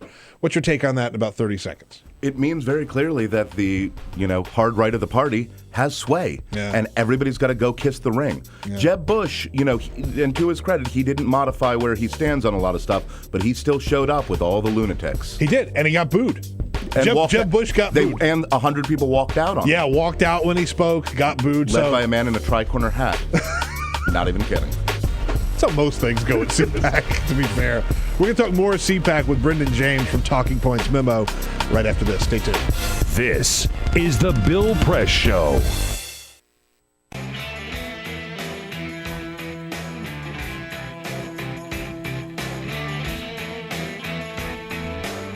Hey, friends, let's take a break here for a moment because it's time to talk to you about Free Speech TV and to kick off our winter pledge drive here. You know how it works. Look, need your help to keep free speech. We got a good thing going here. We need to keep it going.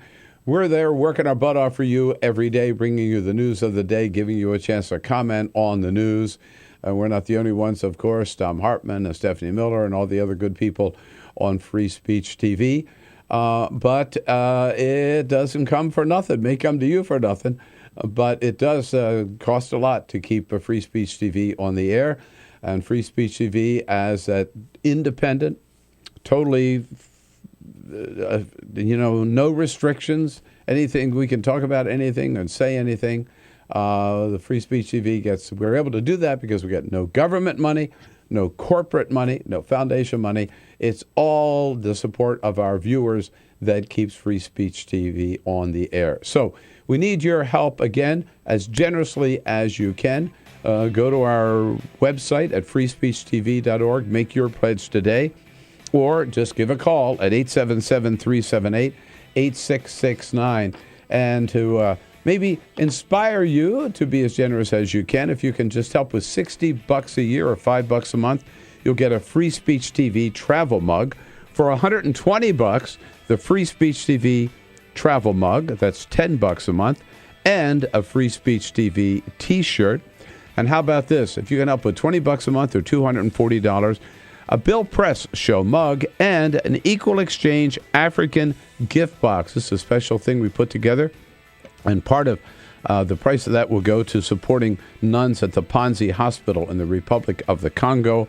That gift box includes, among other things, a pound of Congo coffee, a bar of Bread for Life Shea butter soap, a Bread for Life Musana bangle bracelet, and Bread for Life peppermint lip balm for $240 a month. For $360 a month, $30 a month, a Free Speech TV mug, 2 Bill Press Show mugs, and that African gift box.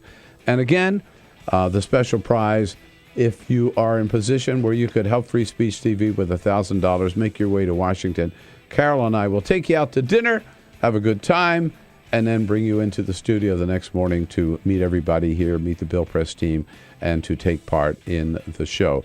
But again, we just need you to be as generous as you can. These are hard times, but Free Speech TV cannot do it without you. So go to our phone again, make your call today and your pledge at 877-378-8669, or go online to freespeechtv.org. We are here for you every day, and we're counting on you now for your help. Please do it today. Thank you.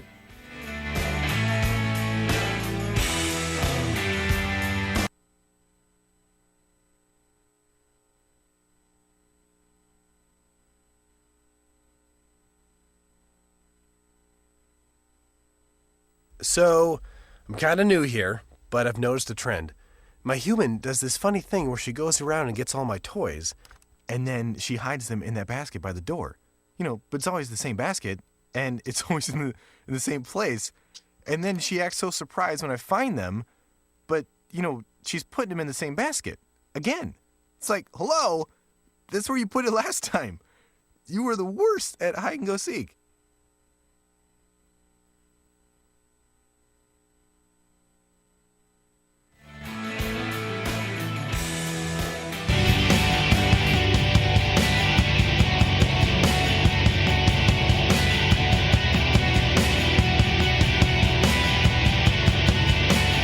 The most valuable morning radio show, according to The Nation magazine. This is The Bill Press Show. Yes, it is The Bill Press Show. 33 minutes past the hour. My name is Peter Ogburn, sitting in for Bill Press today. Did you really just tweet that picture out of me, Jonathan? I did. Jonathan Levy is in the studio with me. You look beautiful in your Carol Press scarf. That's not a bad picture. No, you look lovely. Thank you for putting a filter on that. Yes, there are a lot of filters. I look awfully surprised. You had to go. You had to go heavy all filter. The filters on that one. I thought it was curious that you were rubbing Vaseline on your camera on your phone before you took the picture to get the proper mood lighting. I went full dance moms on you. Yeah, thank you. I like that. That's okay. I'll let that. His name is Jonathan Levy. Very good friend of mine, former producer on the show, the first producer on the show, Jonathan Levy, now the executive director of the General Majority PAC, in studio. Follow him on Twitter at Wolf Levy. You can follow the show on Twitter at BP Show. You can follow me on Twitter at Peter Ogburn. Although, let's face it, it's probably not worth following. You are a funny internet man, Peter. You are much wittier on the internet than you are in person. Oh, thank you, Jonathan. I mean, not a high bar we're crossing here. That's the sweetest thing anyone's ever said to me. It may be the nicest thing I have said to you. You know who's really good at the internet is Brendan James. Oh, yeah. News writer for Talking Points Memo.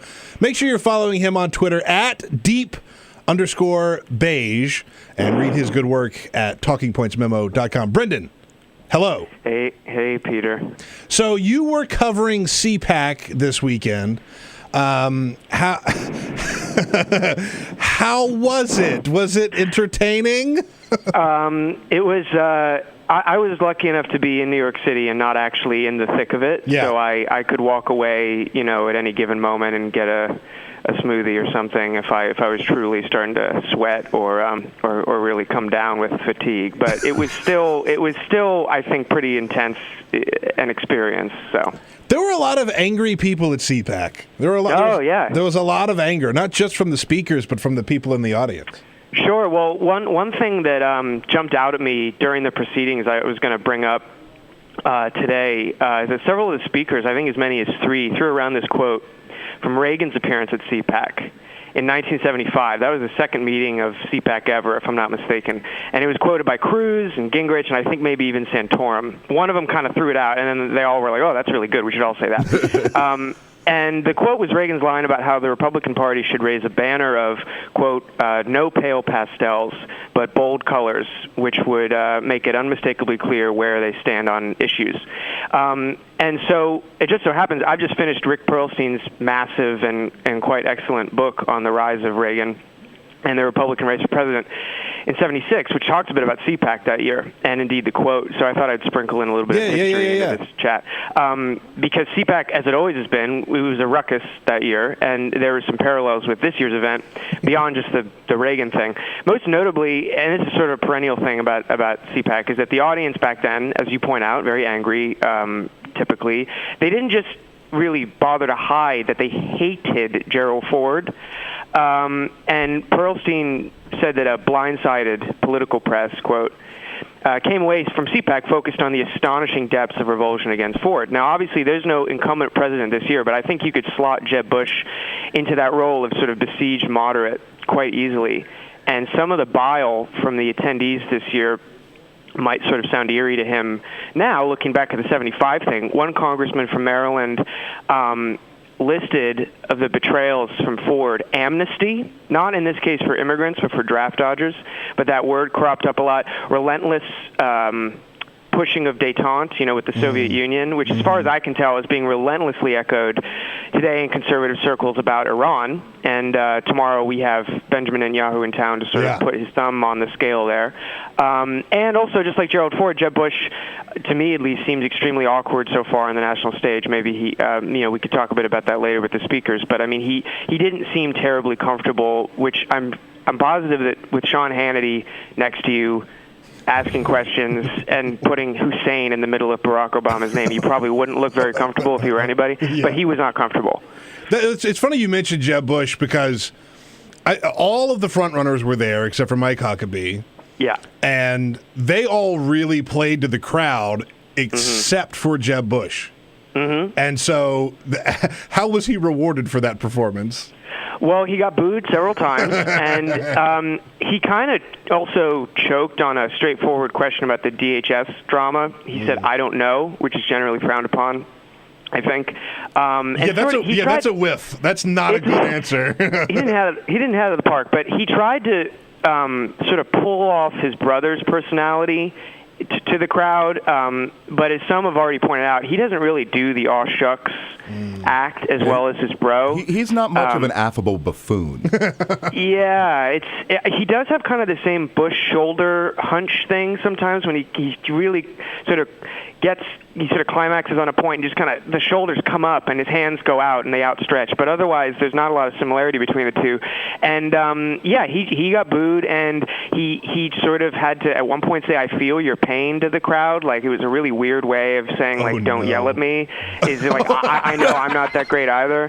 And then the only other thing I remember about Jeb, because it was basically what you're pointing out, is he just kind of got steamrolled, is this Vito Corleone thing. Like he wanted to say that he had vetoed so much nonsense while he was governor that everyone started calling him Vito Corleone. And I'm not saying this is definitive because I did a brief Google search and there's a lot of articles about Jeb Bush calling himself Vito Corleone. Yeah, there were less he's done articles it for a long time. Yeah, there are less articles about other people calling him Vito Corleone, so that kind of jumped out at me too. So what, this has become... I like guys that give themselves nicknames, though. Those are my favorite kind of guys. Yeah, they're always the coolest ones. Jeb the Hammer Bush is... Yeah. My name is Peter. My friends call me Hammer. Right. Yeah, so, tiny. You're right. Sorry. So CPAC has become, kind of a circus for some colorful individuals from the Republican Party over the last few years. It's also become a little bit of a media circus, too, and it's something you see, especially now in the Twitter age, reporters gearing themselves up for the crazy. Is there, is it really this much of a clown show when you're actually there, or are we just getting the ridiculous bits kind of pumped out to us? I feel like kind of a fraud because I wasn't there this year, so I can't answer how crazy it is when you're actually there with the fried Twinkies or whatever. But over in New York, it is. I mean, watching it is definitely grueling because it's relentless and it's. I mean, obviously, a candidate or a potential candidate like Rand Paul is going to attract the most applause and applause lines, and Paul did really well. But this is the swamp in which he swims. This is like it's a very particular crowd, and it's not necessarily representative of whatever you think about the conservative movement or rather the Republican Party right now. It's not even representative of the large swaths of Republicans out there. I don't think, or at least you could argue that. So Jeb Lund the other day referred to CPAC as the conservative Paul actuarial contest, where it's like, if your last name is Paul, you probably win the day, and Mark Halperin gives you whatever grade he gives you. Although Scott Walker got the best grade from Mark Halperin, which was kind of interesting given his huge flub on ISIS and the unions. Yeah. One thing about that I don't want to neglect to say is this ISIS thing reveals a really deep, intimate obsession that Walker has over Reagan, and that's not a cheap shot. Elias Isquith pointed this out the other day. In Walker's own book called Unintimidated, he describes how Reagan basically won the Cold War by crushing the air traffic controllers union, like how it set a new tone for the Cold War. And he also describes how every year on his anniversary with his wife, which is also Reagan's birthday, they throw a party. Hang on, wait a minute. Wait, I gotta stop you for just a second. His wedding anniversary is on Reagan's birthday? I'm quoting Scott Walker on this. So if that's what he says, is that his anniversary is the same as Reagan's birthday. So they must have engineered that. That is such an oddly specific kink. Oh man! The right fetishizes Reagan, but that is he's going to out creep all of them. That's amazing. You need to just listen to the very end of this because you're right that is already a little bit much. But what they do on that day, that holy day, is wear Reagan masks. I don't know. This is in his book, okay? This is in his book. They throw a party where they serve Reagan's favorite foods like macaroni and red, white, and blue jelly beans. Nope. And he got an A from Mark Halperin at the CPAC thing. So, I mean... On his wedding anniversary. Yes, and there's some line in it that you can look up where she's like, I know he'll never forget our anniversary. And you're like, God, what a life. He may forget our anniversary, but he'll never forget Reagan's birthday. That's right. Sweetie, I was thinking maybe this year we could do something different. Like maybe we could go to a nice restaurant or something. No! Bring me more jelly beans! If they can go, If you told me this restaurant man has to, they have to do mac and cheese. Right. If you told me this man was a Reagan stalker as opposed to a presidential candidate, this description I would buy it. That is purely. That's the weirdest things, man. That's the story you need to tell people about Scott Walker, not whatever else is in the news. Yeah. That's an incredible story. All right, good stuff, Brendan. Thanks so much, man. I appreciate you joining us. No worries. Thanks for having me back. Brendan James, news writer with Talking Points Memo. Please go follow him at deep_beige, deep_beige, and read his fine work online at talkingpointsmemo.com. My name is Peter Ogburn, sitting in for Bill Press today with Jonathan Levy, Democratic strategist. Follow him at Wolf Levy. Again, we will be right back. Taking your calls on CPAC.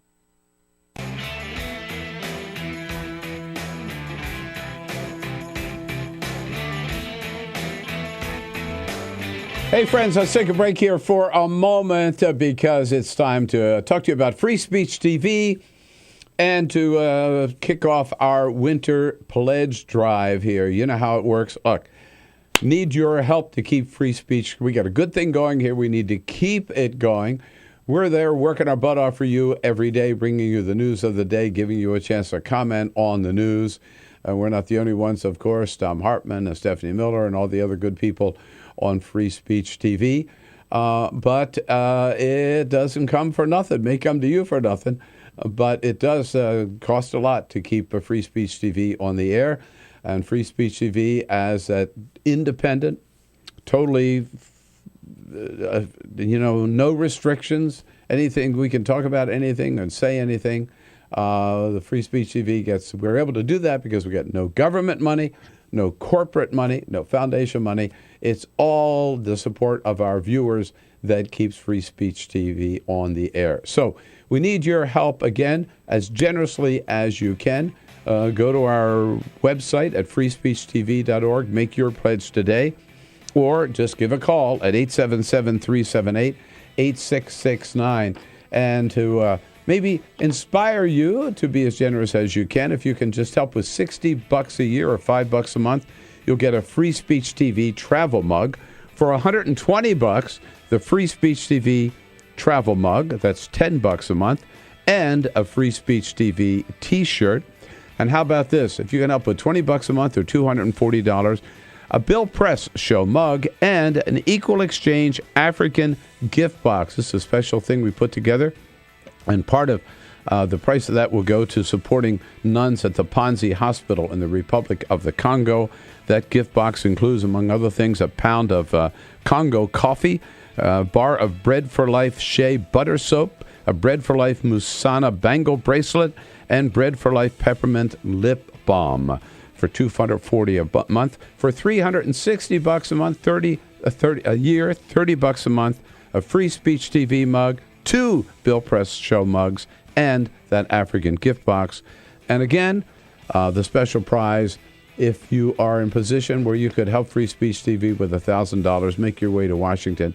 Carol and I will take you out to dinner, have a good time, and then bring you into the studio the next morning to meet everybody here, meet the Bill Press team, and to take part in the show. But again, we just need you to be as generous as you can. These are hard times, but Free Speech TV cannot do it without you. So go to our phone again, make your call today and your pledge at 877-378-8669, or go online to freespeechtv.org. We are here for you every day, and we're counting on you now for your help. Please do it today. Thank you.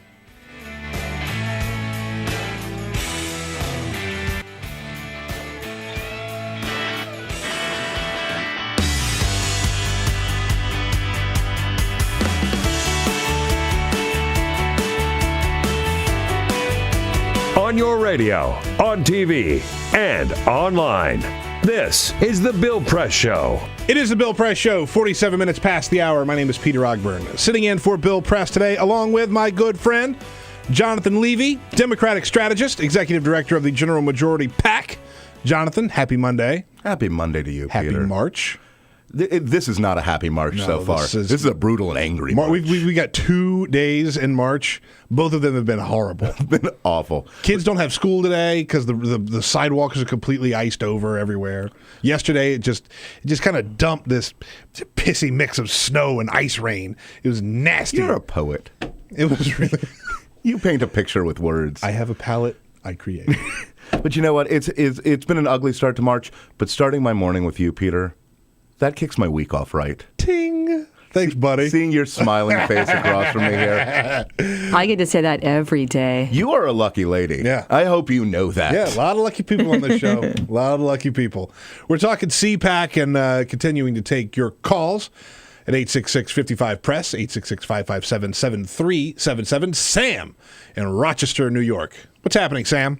Hi, Peter, Mr. Levy. Hey, if the Democrats are smart, they'll use this plethora of teabag buffoonery from the CPAC Klan rally to make commercials to expose just how little respect these misogynistic clowns have for women with their sick jokes about beating.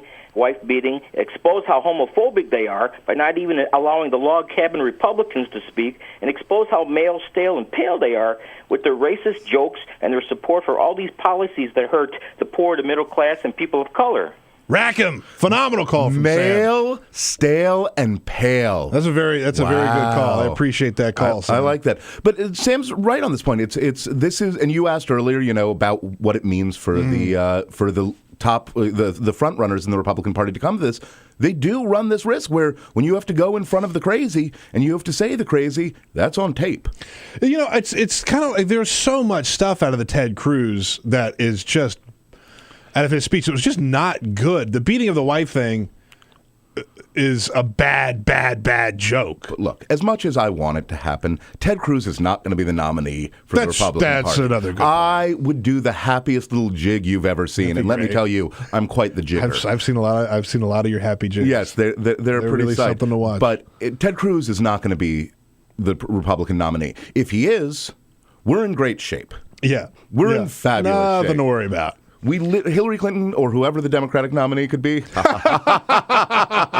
But seriously, folks, they just have to run all of his. They don't have to make ads. They just run speeches from the man. Yeah, that's it. Buy airtime and run his speeches. Uncut. You're Check fine. this out. One other little nugget from CPAC. The Washington Examiner said that Ann Coulter was not invited to speak at CPAC. This is from it's from Eddie Scarry, my former I used to work with Eddie. He says, quoting his article, author and conservative firebrand Ann Coulter was not invited to speak at this year's Conservative Political Action Committee, marking the first time in several years she was not scheduled to attend. She's usually a headliner for them. Yeah. Too. Here we go. I wasn't invited, Coulter confirmed in an email on Thursday to the Washington Examiner. Quote, I might just show up anyway just to piss them off. But she did not. Now she does show up most places just to piss people off.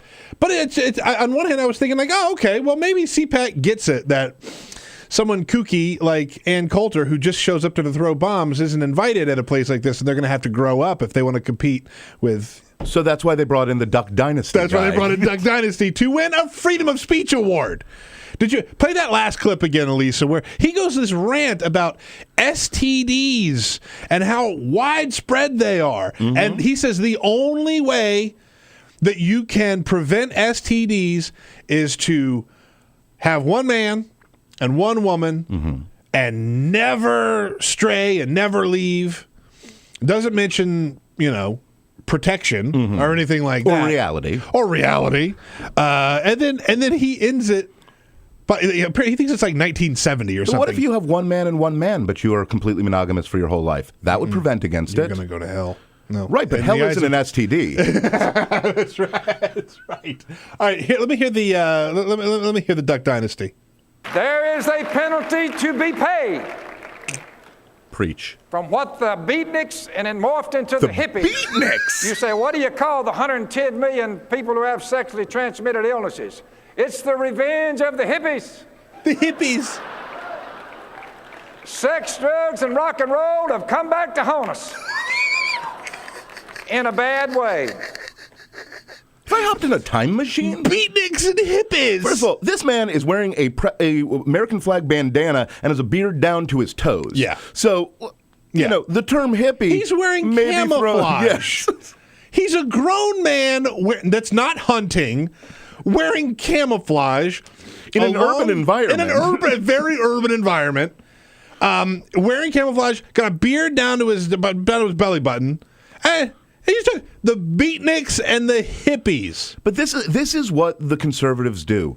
They take, a guy who made millions of dollars off a duck call and a reality TV show where he basically just lets people make fun of rednecks. Perpetuates stereotypes to line his own pocket. Yeah. And then he says something homophobic and something racist, and they're like, Freedom of speech, baby. Yeah, you're a hero. Yeah. There are heroes on the right, as there are heroes on the left. Let's pick a little better. 866-55-PRESS is our phone number. My name is Peter Ogburn. His name is Jonathan Levy. We're sitting in for Bill Press today. We've got one more quick segment, and then we've got next hour to talk about. So stay tuned. It's the Bill Press Show.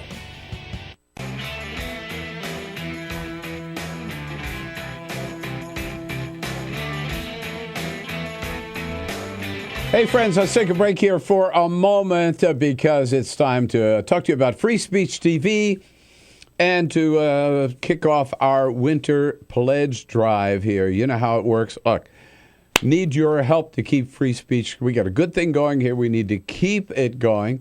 We're there working our butt off for you every day, bringing you the news of the day, giving you a chance to comment on the news. We're not the only ones, of course. Tom Hartman and Stephanie Miller and all the other good people on Free Speech TV. But it doesn't come for nothing. It may come to you for nothing. But it does cost a lot to keep Free Speech TV on the air. And Free Speech TV as that independent, totally, no restrictions, anything. We can talk about anything and say anything. The Free Speech TV we're able to do that because we get no government money, no corporate money, no foundation money. It's all the support of our viewers that keeps Free Speech TV on the air. So we need your help again, as generously as you can. Go to our website at freespeechtv.org. Make your pledge today. Or just give a call at 877-378-8669. And to maybe inspire you to be as generous as you can. If you can just help with $60 a year or $5 a month, you'll get a Free Speech TV travel mug. For $120, the Free Speech TV travel mug, that's $10 a month, and a Free Speech TV t-shirt. And how about this? If you can help with $20 a month or $240, a Bill Press Show mug and an Equal Exchange African gift box. This is a special thing we put together. And part of the price of that will go to supporting nuns at the Panzi Hospital in the Republic of the Congo. That gift box includes, among other things, a pound of Congo coffee, a bar of Bread for Life Shea butter soap, a Bread for Life Musana bangle bracelet, and Bread for Life peppermint lip balm for $240 a month. For $360 a month, $30 a month, a Free Speech TV mug, 2 Bill Press Show mugs, and that African gift box. And again, the special prize, if you are in position where you could help Free Speech TV with $1,000, make your way to Washington. Carol and I will take you out to dinner, have a good time, and then bring you into the studio the next morning to meet everybody here, meet the Bill Press team, and to take part in the show. But again, we just need you to be as generous as you can. These are hard times, but Free Speech TV cannot do it without you. So go to our phone again, make your call today and your pledge at 877-378-8669, or go online to freespeechtv.org. We are here for you every day, and we're counting on you now for your help. Please do it today. Thank you.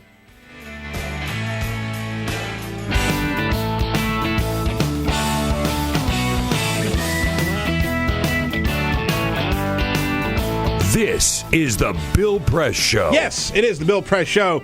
Just about a minute left in this segment, so I wanted to talk to Jonathan Levy really quickly about Jeb Bush and how you think his poor reception at CPAC is going to translate to mainstream Republicans. Jeb Bush in terms of being the party leader. I think Jeb Bush did what he set out to do there. Yeah. He didn't get pulled too far into the crazy world. Yeah. He still appeals to the mainstream Republicans. He didn't get a great reception, but he didn't get egged. And there was a walkout, but it was planned, and it was a man with a tri-corner hat. There's a bunch of people who go, all right, fine. Mitt Romney wasn't the most popular guy at CPAC, even though he won one year when he bought the thing. Yeah. But he wasn't the most popular guy there, but he still got to be the nominee. All right. Good stuff, Jonathan. We got a lot more to talk about in the next hour of the show. Dave Jamieson from Huffington Post joins us right at the top. This is the Bill Press Show.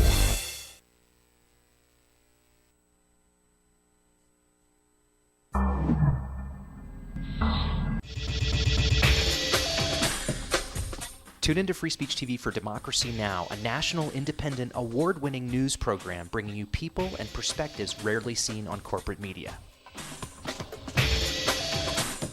I'm the retired bishop with the Episcopal Church as the bishop for all chaplains in federal service. I read that there was a group of people that represented a sense of injustice that I had. We'd lost Zuccotti. I mean, there was a kind of a hope that maybe Trinity Church would be gracious and give refuge. We picked this day where we would gather and demonstrate that Trinity was closing its ears to what was happening. We marched around the block, and I realized that, my goodness, they're carrying a ladder. And I thought, well, this is the moment.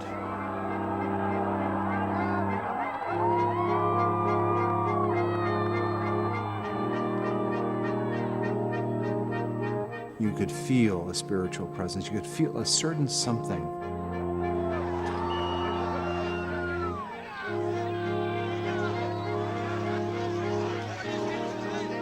And then the cops came in. It got brutal. I'm with you right here. Robin, I'm here.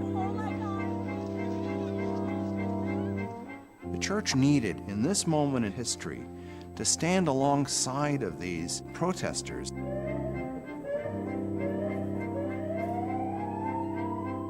truth of Christ is found in the pews, is found in the institutional church, but it is also found in the streets. It's found in the honesty and the integrity, the insistence of people that you find in Occupy Wall Street.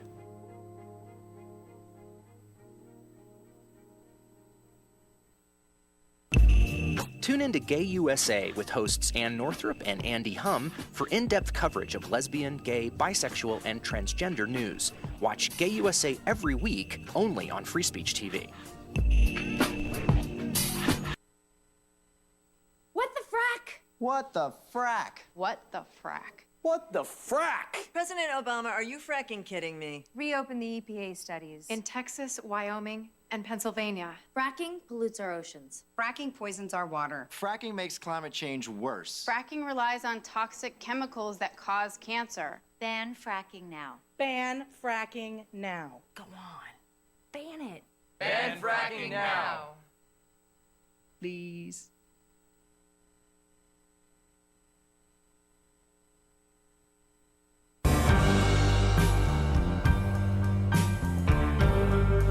I'm a Pistons fan. Their slogan was, "We come to work." That's what Detroit about. That's why they used it. It's a team thing. They won 2 championships, a team. There was no star. No mayor can come in here and be a star. It's a team thing. No governors can come in here and think you can do it by yourself. It's a team thing. You got communities. They got ideas, too. The only thing wrong with Detroit, people had lost hope here. Residents, city workers, so much corruption. They lose hope. But I grew up here. I love this city. I think it can come back.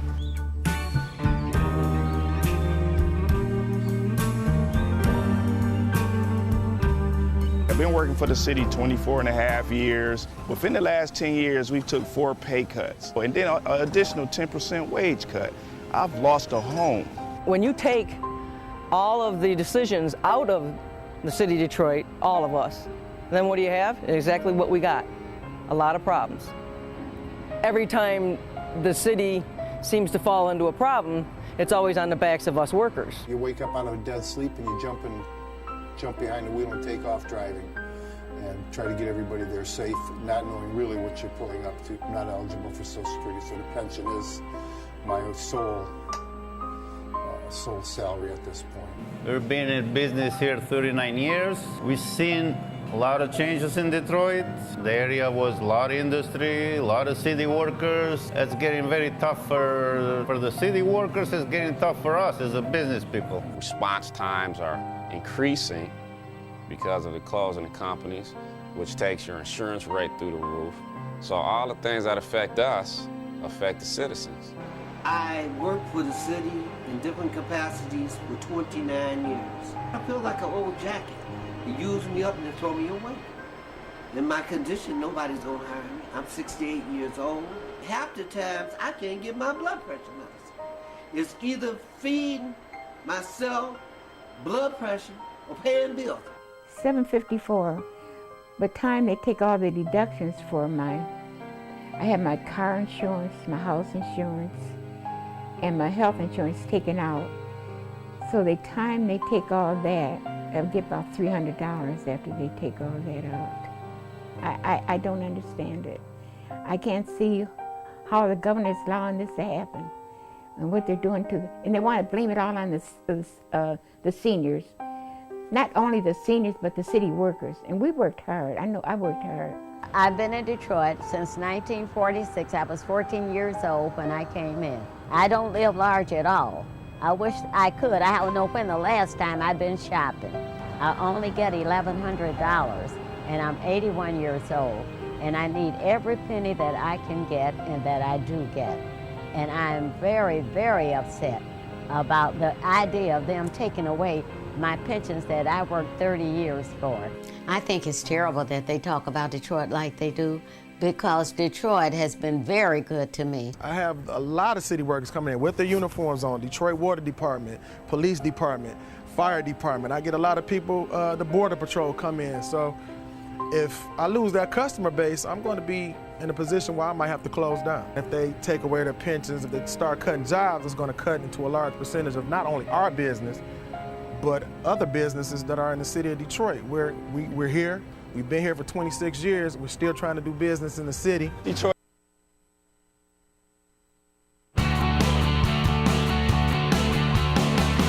Broadcasting around the nation, on your radio, on your TV, and online. This is the Bill Press Show. It is the Bill Press Show. Happy Monday. Happy March 2nd. Not a great start to March here in Washington, D.C. so far. Nasty, nasty weather. A lot of places are closed. Government's on a 2-hour delay. The sidewalks are quite icy. Please be careful if you're listening. My name is Peter Ogburn. I'm sitting in for Bill Press today. Bill's going to be back a little bit later on this week. Sitting in with me for the show today is Jonathan Levy, my good friend, Executive Director of the General Majority PAC. Jonathan, happy Monday. Happy Monday to you, Peter. You can listen to us live on your favorite progressive talk radio station, or you can watch the show live at youtube.com/TawkrTV, TAWKR. If you want to listen to us on your smartphone, you can listen to us on the iHeartRadio app or on the TuneIn app. Just use the Progressive Voices channel. Running the board this morning is Elisa Murphy. Elisa, happy Monday. Hey, good morning. If you call our number, which is 866-55-PRESS, 866-557-7377. You'll talk to Alicia Cruz, who is standing by. And running the video operation is always Cyprian Bolding, who is here on duty. Now, when I heard I was going to be hosting the show, I knew I needed to bring in some smart people to help me through the show because I can't talk about it on my own. So I brought in our good friend, labor reporter for the Huffington Post, Dave Jamieson, who's in studio with us. Dave, good morning, man. Good to be here. Thanks for having me, Peter. Happy Monday. You can read his good work at HuffingtonPost.com or follow him on Twitter at Simply Jamieson. Ooh. Yeah, right? How'd you get that? You know, I had an Dave _ Jamieson, and the underscore drove me crazy for years. Underscore, I don't do the underscore. So eventually I got the just the pure Jamieson. Pure Jamieson. handle. Did you have to buy someone off for that? No. I would imagine that's a in-demand Twitter handle. Yeah, you know, it wasn't... I think it went dormant or something. I don't know how and that you just works. went in and took it over. Yeah, I got it. Respect. Here in Washington, D.C., I will talk really quickly about a show I went and saw on Saturday night. It was the Lewis Black Bill of Rights. I think it was called Let Freedom Laugh or something silly like that. But it was Let Freedom Rant, perhaps? Yeah, maybe. It was a comedy show. They had John Fugelsang was there. Dick Gregory performed. Tom Smothers. This guy named Ahmed, who was very funny, and then Lewis Black closed out the show. Tom Smothers, as in the Smothers Brothers? As in the Smothers. I'm going to tell you something. Like what made The Daily Show, but in the 70s and 80s. Wow. He was... I was crying. I was laughing so hard. A clean comic, not really, not super edgy, but absolutely hilarious. It's the father of modern political satire. It was brilliant. Brilliant. Dick Gregory spoke. Dick Gregory... Not a lot of jokes from him these days. He's a very serious guy. I have no idea who Dick Gregory is. Oh, man. Legendary political comic. He's not the one who plays the piano, is he? No. You know what I'm talking about that's here. Mark Russell. Oof. To even think. Jonathan, good grief. No, Dick Gregory's he's an older black guy, long gray beard. Very, very important comic back in the day, and now he's become sort of a social activist. Didn't do a lot of comedy. He spoke a lot about Ferguson. He talked a lot about inequality for minorities and women. It was great. It was a great show. And then I sat around the house yesterday and watched House of Cards, which is horrible. It's terrible. You watching? No, I've never watched a single episode. You're smart, man. And I don't want to break that streak. You work in D.C. and you've never watched... No, respect. I've avoided it. Respect for not watching it, seriously, because it's a trap. I would think that, like, at Huffington Post, Ariana, like, requires it. Like, she keeps you there Clockwork Orange style, with your eyes open. Well, this is what people have come to learn. This show is so, like, they don't understand D.C. very well. No. It's so, like, people in D.C., these reporters who watch it because, I mean, they think that they're covering their beat, or that's a show about their beat. It's so far removed from D.C. Well, I don't watch it because I know it's going to bother me, and I'm going to watch the whole thing anyway. And I'm going to lose 40 hours of my life. That's what happens. I'm a proponent of hate watching things, though. Yeah. I sat over there on Friday, and I said, I'm not going to watch any of season 3. I have no desire. And then yesterday I was hungover, and the kids were downstairs watching the Idiot Box. So I just sat up and watched House of Cards on my iPad. It's terrible. It's worse than ever. I like that the TV is the Idiot Box, but your iPad. Yeah. That's well, there for education. That's right. Oh, it's very productive. You know what? I've watched 6 episodes of that stupid show that I don't even like. You have bed sores now, don't you? Pretty much. And the kids are home from school again today. You know what I'm going to do? We'll go home. I'm Finish off House of Cards. Watch the rest of House of Cards. No, but you talk about it not understanding Washington. I'm only 3 episodes into it, but there has already been some discussion about how Republicans might not be up for cutting entitlements. Yeah, maybe. That's going to be a tough sell to them. Yeah, you don't take issue with, like, the journalists sleeping, for sleeping with people for stories. Right. It's that stuff. Right. That happens, right? I mean... On the labor beat, I assume this is how you're getting your scoops? Quite rampant on the labor beat, yes. All right, so speaking of Before labor... this veers off. Speaking of labor, let me, the man who's lost control, try and wrangle this, not unlike a llama that has gone restless in the streets. Ah, very culturally astute. Hey, I'm only like Peter. 4 days behind. Yes. Shall we talk about the dress next? Nailed it. Yeah, blue or black, white or gold. No, look, Scott Walker was speaking at CPAC. In case you missed this clip, I know you've heard this clip, but in case anybody missed this clip, I want to play to you what Scott Walker said at CPAC. Listen very carefully. If I can take on 100,000 protesters, I can do the same across the world.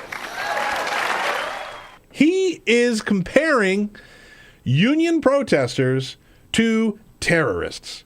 Now, he's tried to walk this back, but that's not a good statement. That's really, really bad. The funny thing is that this, people went nuts over this at CPAC, but he'd made apparently the same analogy in that closed-door donor meeting in New York, the one where all the stuff about Giuliani came out.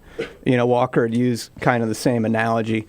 And in his defense, he is not exactly, saying that the protesters are terrorists. That's just sort of the structure of the analogy he's making, and it's a really stupid one, frankly. He's not directly saying it, he's just implying it. And, there was more about this. He sort of doubled down on it, saying, that he drew this analogy to Reagan when Reagan did the big Patco strike, when he busted up the Patco strike, the air traffic controllers. Walker said, there are Soviet documents proving that when Reagan did that the Soviets took him more seriously. And then all of these scholars came out and we would love to see these documents, and they apparently don't exist. Scott Walker's uncovered them in his as he's gone through a Russian filing system. I just don't think Walker. He's been a governor all these years. He's one of these candidates who comes up and probably doesn't have great foreign policy bona fides and starts making these blunders. He was on This Week with Martha Raddatz was filling in a few weeks ago, and it was the first time I'd seen him actually interview in a hard interview. He did fine, but then they got into foreign policy, and Raddatz just ate his face off. Oh yeah, he just fell apart. Yeah. And he's still the darling of the party and the flavor of the moment. Unlike someone like Herman Cain, who, Uzbekistan was sort of, as he hit his apex, had that, and everyone's like, oh, we're not serious. People seem to be glossing over the fact that Walker doesn't understand foreign policy. Yeah, it's funny to see because, I mean, whatever you think about how offensive the analogy may be to you, just think of the analogy itself as if these, like, the ISIS guys are sitting there like, wow, man, did you see how Walker took on those school teachers back in 2011? And that's who we're talking about. Yeah. We're talking about, like teachers outside with AFT signs, like. Yeah. That's one of the other things that really bothered me about his sort of parading around and wearing this as a badge of honor. Like, I understand that there are people who agree with his philosophy about the unions, right? But when you really break it down and you break down who it is, when you're talking teachers and all of this public stuff, public servants. When you break that down, I don't think that if you're in a general election and your big message is that you can destroy and take on teachers and win, I don't think that's a winning argument. I really don't. I think it surely plays well in a GOP primary. In a primary, yeah. Not a lot of love for the public sector unions, in the ballroom at CPAC. But I do think you're right that, when you get into general election territory, middle of the road voters, a lot of them are pretty sympathetic to people who are just teachers or sanitation workers and the like. And it's worth noting that, we've talked about previously, Scott Walker loves Reagan. You know who Reagan liked? Public sector unions. Yeah. He was a staunch defender of them. He was a union member himself. Yeah. Guild member, Actors Guild. All right. I have to hat tip Brendan James from Talking Point Memo, who pointed this out to us, and he actually sent me the article that we were talking about earlier. Dave Weigel wrote this in Bloomberg about Scott Walker. And I'm just going to quote straight from Dave Weigel's piece. Quote, "Every year on their wedding anniversary, Walker and his wife celebrate Reagan's birthday by serving macaroni and cheese casserole and red, white, and blue Jelly Belly jelly beans." Oh, my God. So I'm not alone. This weird fetishizing of Reagan. It's in his core, so much so that he married his wife on Reagan's birthday. That is such a weird kink, and yet he's happy. Like, he writes about it in his book. He's proud of this. It's the weirdest thing ever. I assume that these parties are decorated with things they find in Reagan's trash. This is obsessive behavior. It's I don't like it. It's obsessive behavior that wins him high praise from the Republican base and makes him the darling of the moment right now. What's the wine pairing with that meal? Something from a gas station. I mean, macaroni and cheese and jelly beans. Oof. You imagine what a caustic mix that is. Yeah, it sounds like some of my Saturday Friday nights. The anniversary evening after hours, not going to be a lot of fun. You're full of macaroni and cheese, for God's sake. I got to say, I think Scott Walker's crazy on this. Mrs. Walker, that is a tolerant and telling you, loving woman. Yeah, I've been married coming up on 12 years. How'd Lucinda handle this? I'm going to tell you, when I get to my 12th wedding anniversary coming up later on this year, I'm going to try this. Just a big old pile of mac and cheese. And I'm just going to sprinkle some jelly beans on top. We going out to dinner? Nah. Nope. Anything else planned? No. Oh, no, you want to bake them in. That's right. It's a nice little surprise. That's right. But it is telling, right, that despite all of these crazy quirks and misstatements and gaffes, if you want to call them gaffes, Scott Walker's doing pretty well. He finished second in the CPAC poll. Yeah. A lot of polls around the country show that he's up there. He's top of Iowa right now. Yeah. So is he going to be able to hold on to that? Oh, gee, I mean, we're so far out, but, right now, he is surviving a couple of these ridiculous statements that he's made. You know, he is coming out intact. I mean, he's just consumed the news cycle for the past week, probably overall to his benefit, even though some of those stories were so unflattering. Yeah. All right. We need to take a quick break. 19 minutes past the hour. We're going to come back. Lots more to talk about, including the minimum wage, with our good friend Dave Jamieson, labor reporter with the Huffington Post. My name is Peter Ogburn with Jonathan Levy today, sitting in for Bill Press. Quick break. We'll be right back. Make sure you give us a call, 866-55-PRESS, 866-557-7377. This is the Bill Press Show.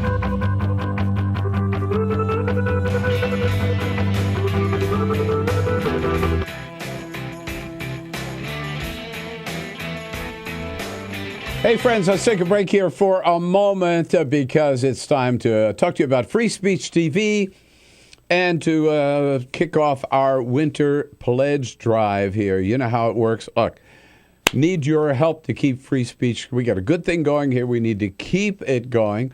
We're there working our butt off for you every day, bringing you the news of the day, giving you a chance to comment on the news.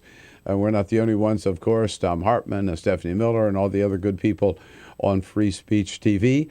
But it doesn't come for nothing. It may come to you for nothing. But it does cost a lot to keep Free Speech TV on the air. And Free Speech TV as that independent, totally, no restrictions, anything. We can talk about anything and say anything.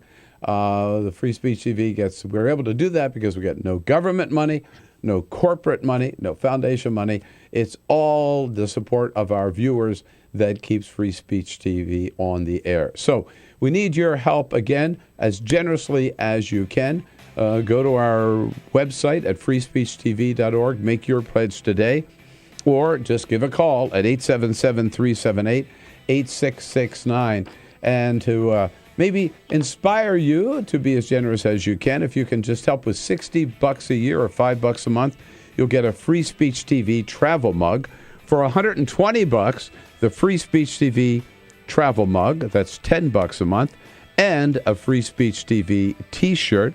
And how about this? If you can help with $20 a month or $240, a Bill Press Show mug and an Equal Exchange African gift box. This is a special thing we put together. And part of the price of that will go to supporting nuns at the Panzi Hospital in the Republic of the Congo. That gift box includes, among other things, a pound of Congo coffee, a bar of Bread for Life Shea butter soap, a Bread for Life Musana bangle bracelet, and Bread for Life peppermint lip balm for $240 a month. For $360 a month, $30 a month, a Free Speech TV mug, 2 Bill Press Show mugs, and that African gift box.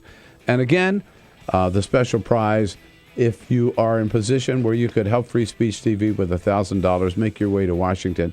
Carol and I will take you out to dinner, have a good time, and then bring you into the studio the next morning to meet everybody here, meet the Bill Press team, and to take part in the show.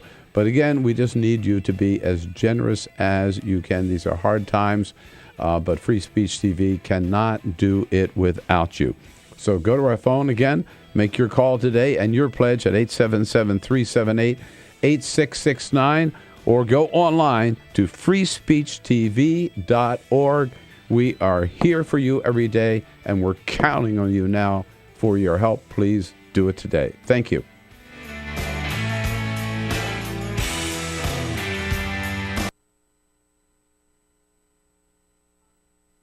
So, I'm kind of new here, but I've noticed a trend. My human does this funny thing where she goes around and gets all my toys, and then she hides them in that basket by the door. But it's always the same basket, and it's always in the same place. And then she acts so surprised when I find them, but, she's putting them in the same basket. Again. It's like, hello? That's where you put it last time. You were the worst at hide and go seek.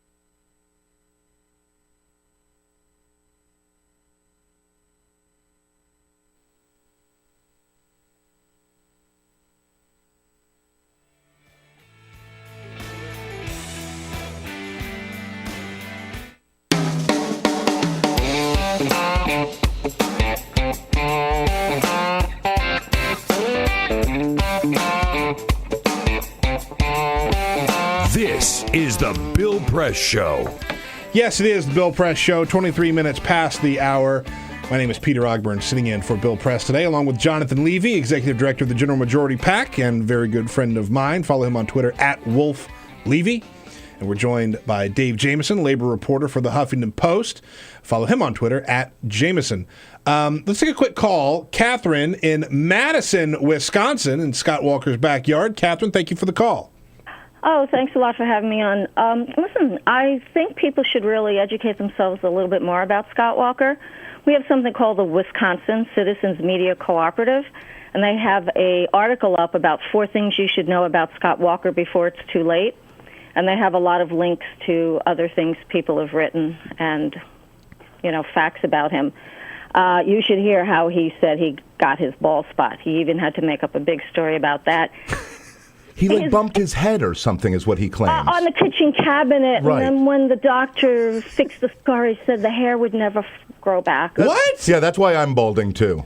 I'm surprised he didn't say it's not a bald spot, it's a solar panel for a sex machine. Where's PolitiFact on this one? Come on. He's a Republican. They wouldn't have solar panels, Peter. Yeah, good point.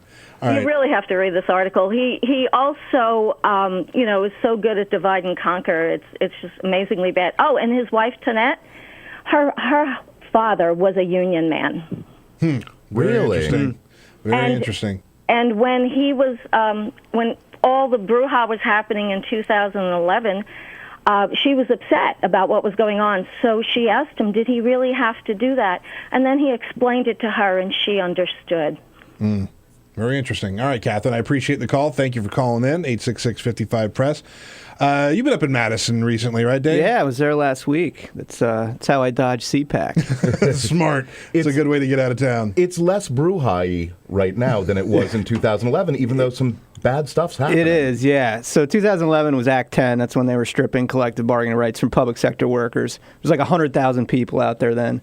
This past week, the state started going right to work. And so there was a few thousand people out each day, but not like 2011, partly because this is like the divide and conquer.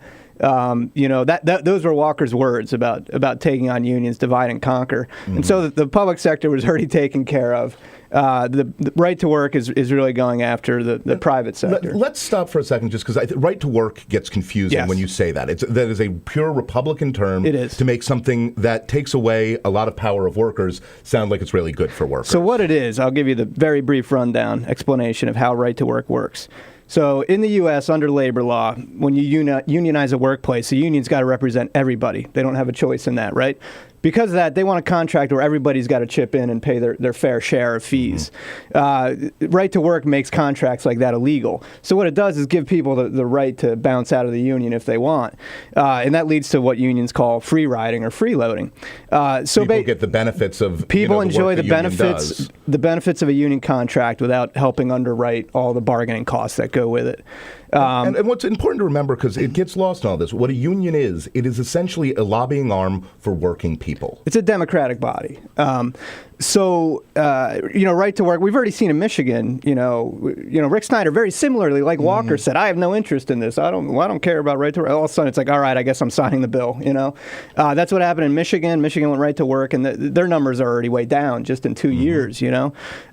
So Wisconsin, the Senate already passed this thing. The Assembly's expected to pass it this week, and Walker, even though saying over the years that suggesting he'd veto it, always saying he didn't want this, wouldn't had no interest in signing it. He's already said, okay, I'm going to sign this thing. So there it is, and there was a sense of defeat in Madison, not among the people who came out. There's still a lot of passion there, but there was a lot of people who didn't come out. This was nothing like 2011. Why is it? What was your sense of why it was so much less than 2000? Well, I think about 30 seconds here. I think part of it is because the public sector unions are already totally decimated there. So I didn't see many public sector workers out, because they've already lost their bargaining rights. So there's really little reason to be in a union there in the public sector anymore. It's crazy to see a state that was as union proud as Wisconsin to see them just getting totally up against the ropes like this. Labor reporter with the Huffington Post, Dave Jamieson. Thanks for being here, buddy. I appreciate it. Hey, thanks for having me. Peter Ogburn and Jonathan Levy sitting in for Bill Press today. Quick break. We'll be right back with the Hill's Cameron Joseph. This is the Bill Press Show.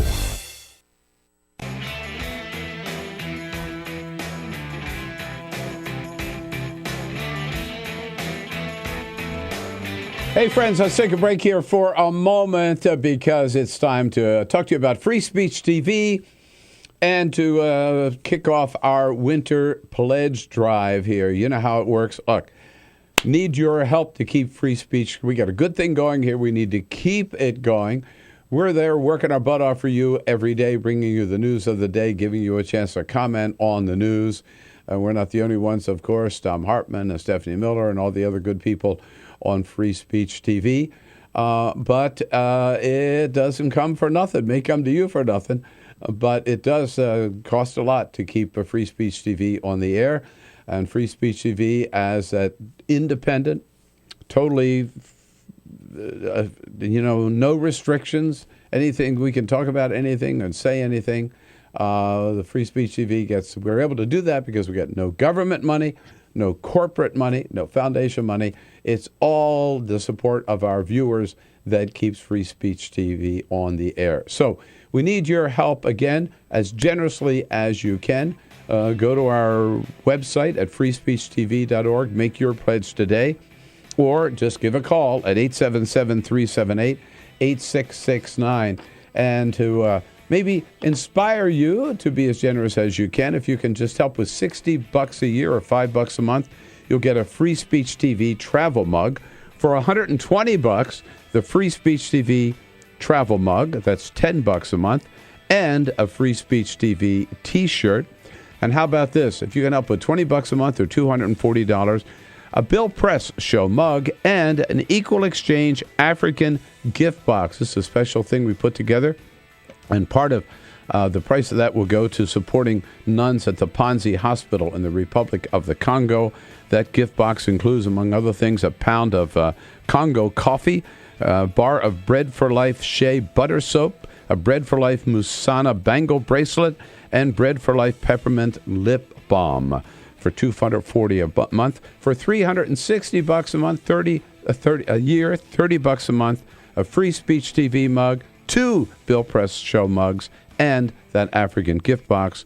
And again, the special prize, if you are in position where you could help Free Speech TV with $1,000, make your way to Washington. Carol and I will take you out to dinner, have a good time, and then bring you into the studio the next morning to meet everybody here, meet the Bill Press team, and to take part in the show. But again, we just need you to be as generous as you can. These are hard times, but Free Speech TV cannot do it without you. So go to our phone again, make your call today and your pledge at 877-378-8669, or go online to freespeechtv.org.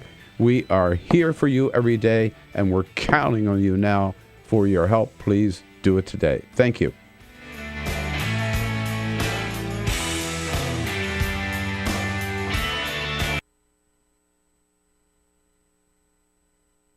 What the frack? What the frack? What the frack? What the frack? President Obama, are you fracking kidding me? Reopen the EPA studies. In Texas, Wyoming, and Pennsylvania. Fracking pollutes our oceans. Fracking poisons our water. Fracking makes climate change worse. Fracking relies on toxic chemicals that cause cancer. Ban fracking now. Ban fracking now. Go on. Ban it. Ban fracking now. Please.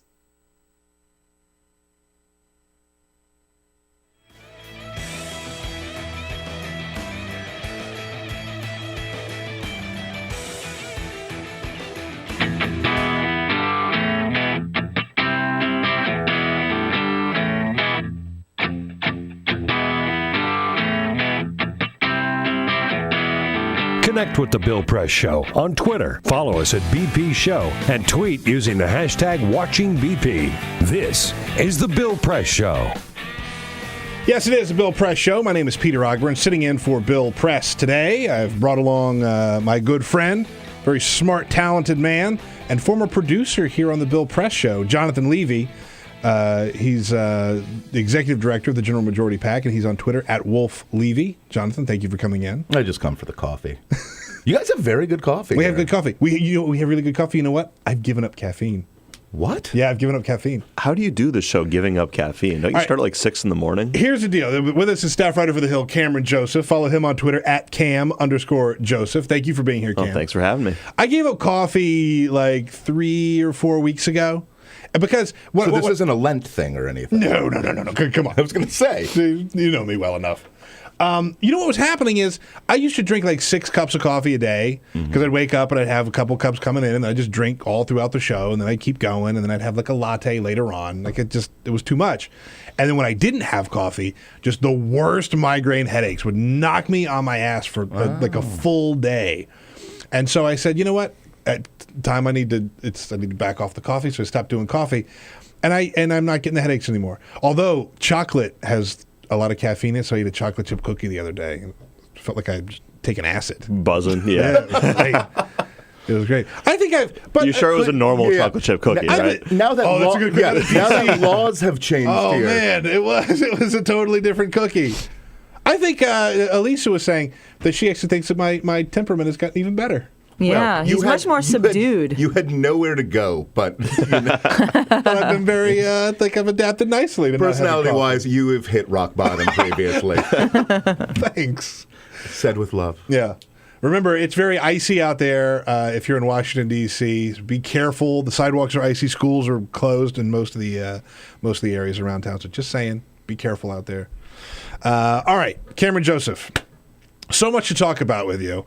I want to start off by talking about the shutdown because we didn't know. I mean, it went right down to the wire whether or not there was going to be a shutdown of DHS and how they were going to get out of this problem.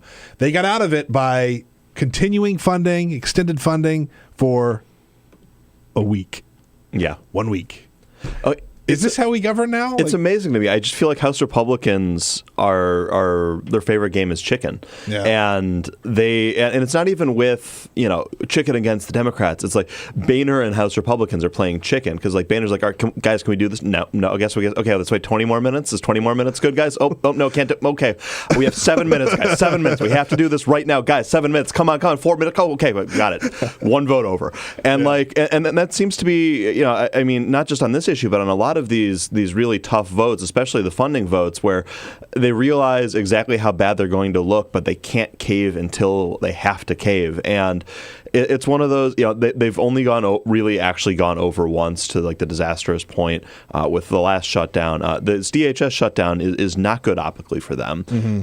GOP leaders know that. Senate Republicans caved more than about a week ago. House Republicans are looking at this. The leadership is saying we got to do something. The rank and file isn't coming along. And so they managed to barely under the gun get out with the 1 week extension. And it wasn't like they were trying to pass a 6-month extension here. Even they were looking like a 3-week extension. And they're looking like a relatively short term. But like 3 weeks was too long. 3 weeks was too much. Yeah. And so you're getting down to this and like they're eventually basically going to have to cave. I think everybody in GOP leadership and most of the GOP strategists I talk to, including some of the ones who are dealing with the members and working for the members who are voting against us at this point, recognize this. So the game that's being played right now is just dragging out the inevitable. And frankly, I think kind of puts the whole party off message because, they could be talking about exclusively Bibi Netanyahu's speech this week, which at least, they think is playing positively for them. But instead, they're all stuck upon, the amnesty versus let's not pay for Homeland Security, which, if you're going to pick one thing to defund, to pick a fight over, if you're trying to make a point about national security, probably the Department of Homeland Security isn't the one to Not pick. the one. And that's the thing. This is more than just going off message or a public relations disaster for them. They're playing with national security here. I mean, the problem you have, I called up, I was telling Peter this over the break, I called up a friend of mine who's a security expert because I wanted to be ready to talk about this today. Wait, you prepped for the show? I did. You forget when I worked here, I was actually the good employee. No, but I talked to him, I said, what is this actually, tell me straight. What does this actually do? Is this really a big deal or not a big deal? And he said, the real big deal is the threat of the shutdown because every major person at the Department of Homeland Security has to stop doing their job and then instead prepare for a shutdown. Who do you furlough? How do you keep certain things open? So the agency, who's supposed to be focused on protecting our country and looking for threats is instead focused on administrative matters. And so they're manufacturing a crisis, and then they're kicking the can down the road to have another manufactured crisis afterwards. Yeah. And is there a real price to pay for this, do you think? Well, I think that there is in some ways, and I'm not an expert in how the furloughs are actually being done, but it clearly, like, A, if you know you're not going to get paid, you're probably not going to work quite as hard. That's just normal human behavior. Mm-hmm. B, and I'm not talking about, there's lots of great people in government, but, like, if your paycheck isn't going to come through, you're going to be pretty cranky. I mean, that's pretty easy to spot. I'm not getting paid for my appearance here today, and I am phoning this in. You've done more research than I have. And B, I think you're right in terms of, like, it's a huge time suck.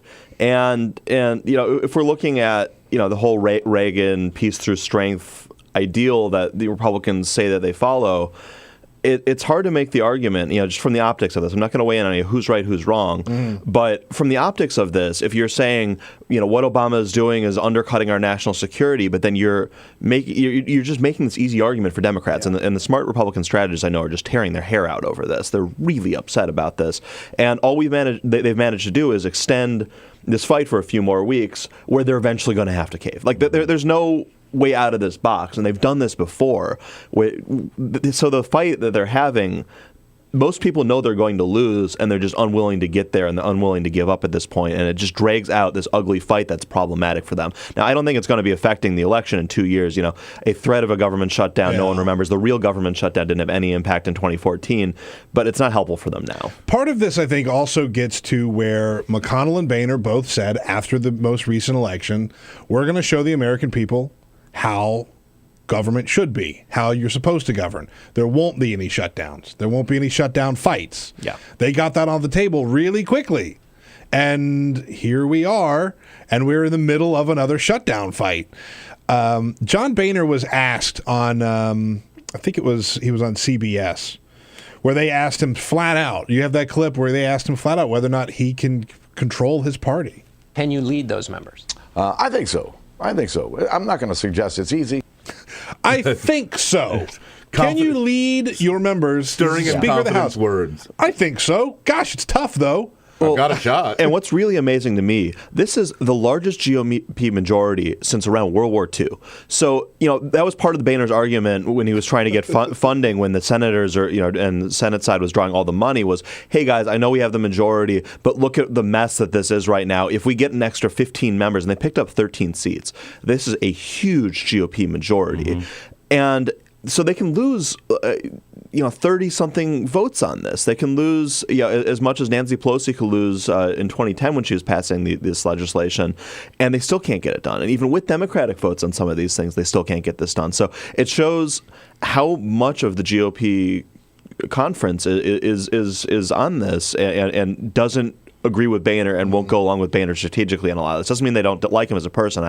All this buzz about, let's push John Boehner out as Speaker, I don't think it's ever going to happen. But it's a sign of how problematic this is, because this is as much elbow room as Boehner is ever going to get. And I don't think Republicans are going to lose that majority because of some of the gerrymandering that they've done for the rest of the decade. So, if Democrats pick up seats next time around, it could be even harder for them to do anything.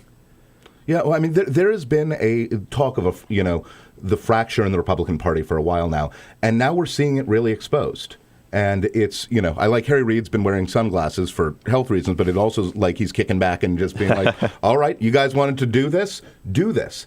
And so far, this has been, the Keystone Cops running around with, and I know you can't comment on that, but they have not shown an ability to lead over very simple things. They've tacked on bills that are killing regular funding bills, and it's going to keep causing schisms in the party, and I don't know how they get out of it in the long term. I mean, I think that's going to have to be an attitudinal readjustment by some of these members. And some of them showed signs that they're like, oh, this doesn't work after the last shutdown. And for a couple of years, they voted pretty differently. And, and there was this argument for let's take the Senate and then we can govern. Let's all play nice now and we can have these fights later. And I think some of them are looking at this and saying, okay, we did it your way for 18 months. Policy-wise, we don't feel like we got what we wanted out of it because we were playing election politics. Now we want to do it. Mm-hmm. And it'll be interesting to see because I think there are some members that are never going to vote with Boehner no matter what.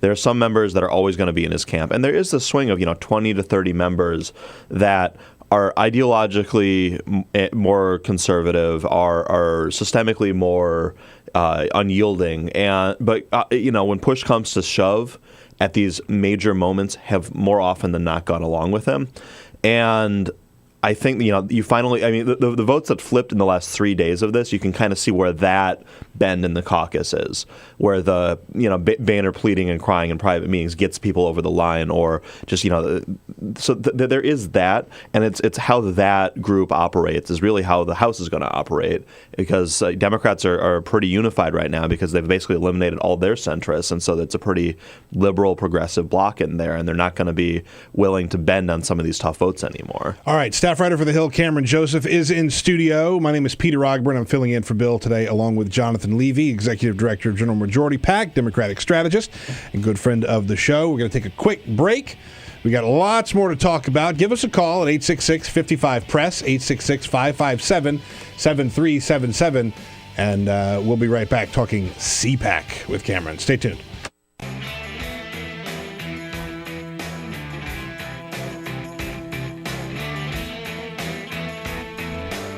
Hey, friends, let's take a break here for a moment because it's time to talk to you about Free Speech TV and to kick off our winter pledge drive here. You know how it works. Look, need your help to keep free speech. We got a good thing going here. We need to keep it going. We're there working our butt off for you every day, bringing you the news of the day, giving you a chance to comment on the news. We're not the only ones, of course. Tom Hartman and Stephanie Miller and all the other good people on Free Speech TV. But it doesn't come for nothing. It may come to you for nothing. But it does cost a lot to keep a Free Speech TV on the air. And Free Speech TV as an independent, totally, no restrictions, anything. We can talk about anything and say anything. The Free Speech TV we're able to do that because we get no government money, no corporate money, no foundation money. It's all the support of our viewers that keeps Free Speech TV on the air. So we need your help, again, as generously as you can. Go to our website at freespeechtv.org, make your pledge today, or just give a call at 877-378-8669. And to maybe inspire you to be as generous as you can. If you can just help with $60 a year or $5 a month, you'll get a Free Speech TV travel mug. For $120, the Free Speech TV travel mug, that's $10 a month, and a Free Speech TV t-shirt. And how about this? If you can help with $20 a month or $240, a Bill Press Show mug and an Equal Exchange African gift box. This is a special thing we put together. And part of the price of that will go to supporting nuns at the Panzi Hospital in the Republic of the Congo. That gift box includes, among other things, a pound of Congo coffee, a bar of Bread for Life Shea butter soap, a Bread for Life Musana bangle bracelet, and Bread for Life peppermint lip balm for $240 a month. For $360 a month, $30 a month, a Free Speech TV mug, 2 Bill Press Show mugs, and that African gift box. And again, the special prize, if you are in position where you could help Free Speech TV with $1,000, make your way to Washington. Carol and I will take you out to dinner, have a good time, and then bring you into the studio the next morning to meet everybody here, meet the Bill Press team, and to take part in the show. But again, we just need you to be as generous as you can. These are hard times. But Free Speech TV cannot do it without you.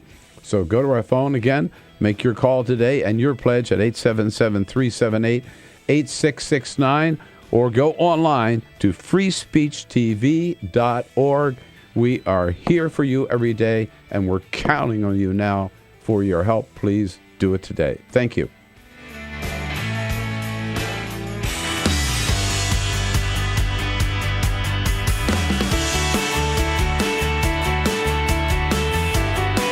The most valuable morning radio show, according to The Nation magazine. This is The Bill Press Show. Yes, it is The Bill Press Show. 48 minutes past the hour. Peter Ogburn and Jonathan Levy sitting in for Bill Press today. And we are joined by staff writer for The Hill, Cameron Joseph. He's in studio with us. Cameron, thanks for being here. Well, thanks for having me. Make sure you're following Cameron Joseph on Twitter at Cam_Joseph. Make sure you're following Jonathan on Twitter at Wolf Levy.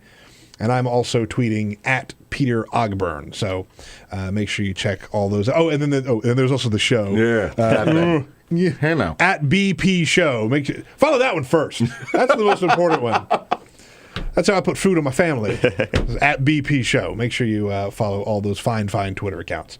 Okay, so CPAC. We always have big expectations for CPAC because it's this big, grand space they have way over on a National Harbor, right? Which so we have high expectations because it's a grand space, Peter. Well, no, but like what I'm getting at, it's a grand space filled with crazy people. That's what I'm getting at. Well, they all of the front runners are there. Anybody who's anybody in Republican politics shows up there, and so this year was no different. And you were there. Yeah. How'd it go? What were your takeaways? It was interesting. My biggest takeaways, the first one is Jeb Bush can talk conservative, can do pretty well in the audience. There's a certain element of the GOP that's going to hate him, and that's not going to change. But he showed a little bit of adeptness and adroitness on his feet. Now, he learns to need to be able to give a speech, but in question and answers, he's very good. And it'll be interesting to see when he gets with normal voters, whether he can he's got a little bit of a quick temper, which I've seen flashes of, I've heard plenty about. So it'll be interesting to see if he can answer the same question the 400th time as well as he did the first time at CPAC. But I think he actually did a very good job considering how tough that crowd is for him. Are you saying they're abnormal voters? Oh, yeah. The three-armed voters. They can pull two levers. It's dangerous. But, Scott Walker was clearly the buzz of the event. And while Rand Paul won the straw poll's not exactly scientific. He packed the house. Scott Walker has the most enthusiasm about him right now. And you're seeing it in the national polls. You're seeing it in the state polls. But you really kind of felt it in the room. The two most interesting things about Scott Walker was he gave a killer speech, and he showed he needs to tighten up his message. With that line about, I don't think he was comparing, ISIS to union workers like some people are saying, but he certainly gave people the opening to say he was, and they had to clarify that pretty quickly. And on certain issues, in foreign policy, he was still kind of a little vague about what he's done and where he sees things going. And he needs to tighten up his message, especially on that, but on some other stuff. So he gives an incredible speech. He's beloved by the base, and he's got plenty of time to do that. But he is under the spotlight now, and he's taking some hits in the media right now. And he's going to have to, kind of go underground, go back to school, and tighten up on some of the policy stuff, I think, if he really wants to remain front runner 8 months from now. It's pretty sloppy. Yeah, I agree. I think if at best it was really sloppy. At worst, the ISIS union line, I think he certainly had to explain it. And he had to walk it back. But I'm not quite sure what the love affair is yet, because he continues to have these missteps and sloppiness, and yet he's doing just fine. He came in second in the poll. He's on top of a couple of other polls nationally. What are you? That's a great question. It's what are you seeing that, or when you're at something like CPAC, that draws people to him? Because he's not the most conservative. He doesn't throw the most red meat. Do you know what he is? He is the most conservative candidate who people think can win. He kind of hits that crystal niche, or the William F. Buckley niche, where he is not Bush. A lot of folks are looking for an alternative to Bush, right. And he is the one that they're seeing get on stage, do well, throw a lot of red meat to the crowd, be very smart. And you know what? He might not be the most conservative sounding. He's not Ted Cruz level conservative, but look at his record in Wisconsin. Severely conservative, as Mitt Romney once said. Right, yeah. And that's the thing, is I think this is kind of an interesting primary because it's forming up kind of like the last one. But I think every candidate is like, if you're going from a B- to a B+ or a B to an A on some of these candidates, like Jeb is better than Romney. Yeah. Jeb's team is better than Romney's from what I've seen so far. And then you see a lot of these folks who are he's going to have to play whack-a-mole with. And I think Scott Walker is the first real threat. Doesn't mean he'll be the last or the only, but he's positioned himself well. The question is whether he can kind of use the momentum. And frankly, I don't think they're expecting to be front-runner status. I think they're expecting to do well out of that Iowa speech, be in a good position. But now they're the front-runner. There's all the lights are on them, and they're going to have to learn a little quicker than I think they're expecting to. Yeah, being front-runner early is hard, too. Really quick, last question, John. Last question is, what were the ideas at CPAC? We hear about the crazy craziness. This is supposedly the party of ideas. Yeah. What were the big ideas they had this year? So, I mean, it's I don't think either party is super evolving on a bunch of issues. The most notable thing I heard is the last couple of years, it's a younger event. It's a libertarian skewing event. Rand Paul won the straw poll again. Everyone was talking about ISIS. Everyone was talking about Netanyahu's speech. Everyone was sounding this hawkish foreign policy view, which people ran away from even 2-3 years ago until all this stuff started going on abroad. So the neocons are back. The neocons are bad. Return of the Hawks was, I think, my headline. I mean, they are back in a big way, and I think that that's where we're seeing the GOP return to. They're so scared of being labeled with that, the W effect and being tarred with that, and they're no longer scared of that. And they're champing at the bit to tackle this and go after Hillary and foreign policy. All right, Cameron Joseph, staff writer for The Hill. Thanks so much for being here, buddy. I really appreciate it. Yeah, thanks for having me. Terrific stuff. Cam Joseph. Follow him on Twitter at Cam_Joseph. Peter Ogburn and Jonathan Levy sitting in for Bill Press. We got to take a quick break, and we'll be right back. Wrap up the show. This is the Bill Press Show. It is possible to read the history of this country as one long struggle to extend the liberties established in our Constitution to everyone in America.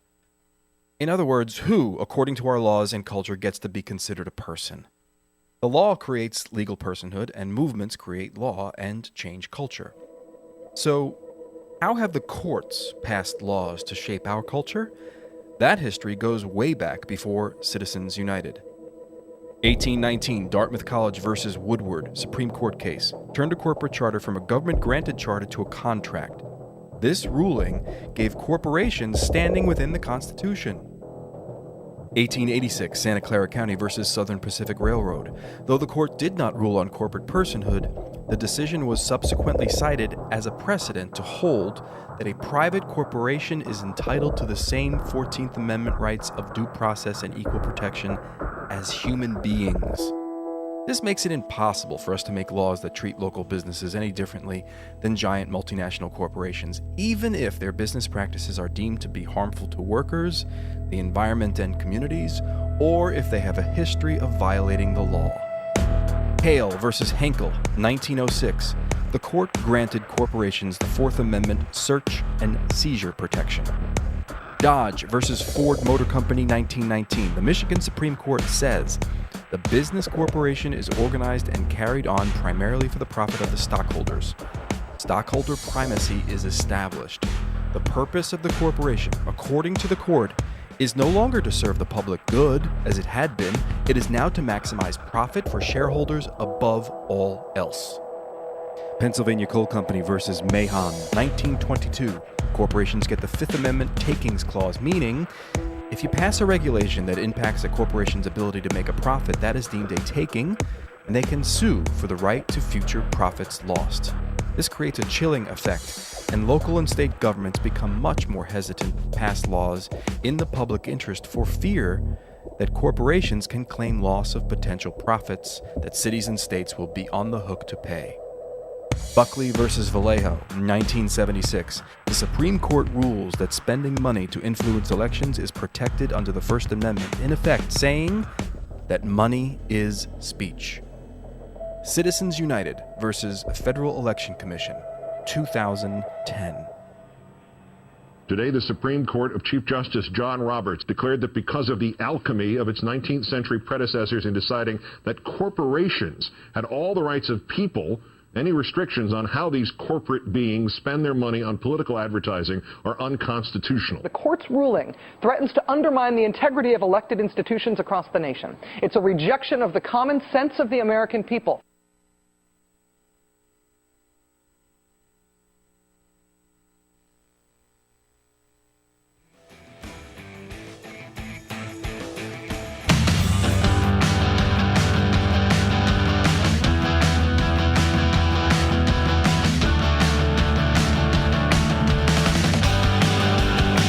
This is the Bill Press Show. Yes, it is the Bill Press Show. Very, very, very short segment here. I want to first of all thank my good friend, Executive Director of General Majority PAC, Jonathan Levy. Thank you, Jonathan. Thank you, Peter. So thank you. That's so you just wrapped me up in that. Thanks. It's a warm embrace. Follow him on Twitter at Wolf Levy. My name is Peter Ogburn, sitting in for Bill Press. You can follow me on Twitter at Peter Ogburn. And boy, we got a lot of news coming down later this week. The Netanyahu speech is tomorrow. We'll be talking about that for sure, and much, much, much more. Again, Bill's going to be back a little bit later on, but we've got lots of good stuff between now and then. So stay tuned. It's the Bill Press Show. Make sure you check us out, youtube.com/TawkrTV. This is the Bill Press Show.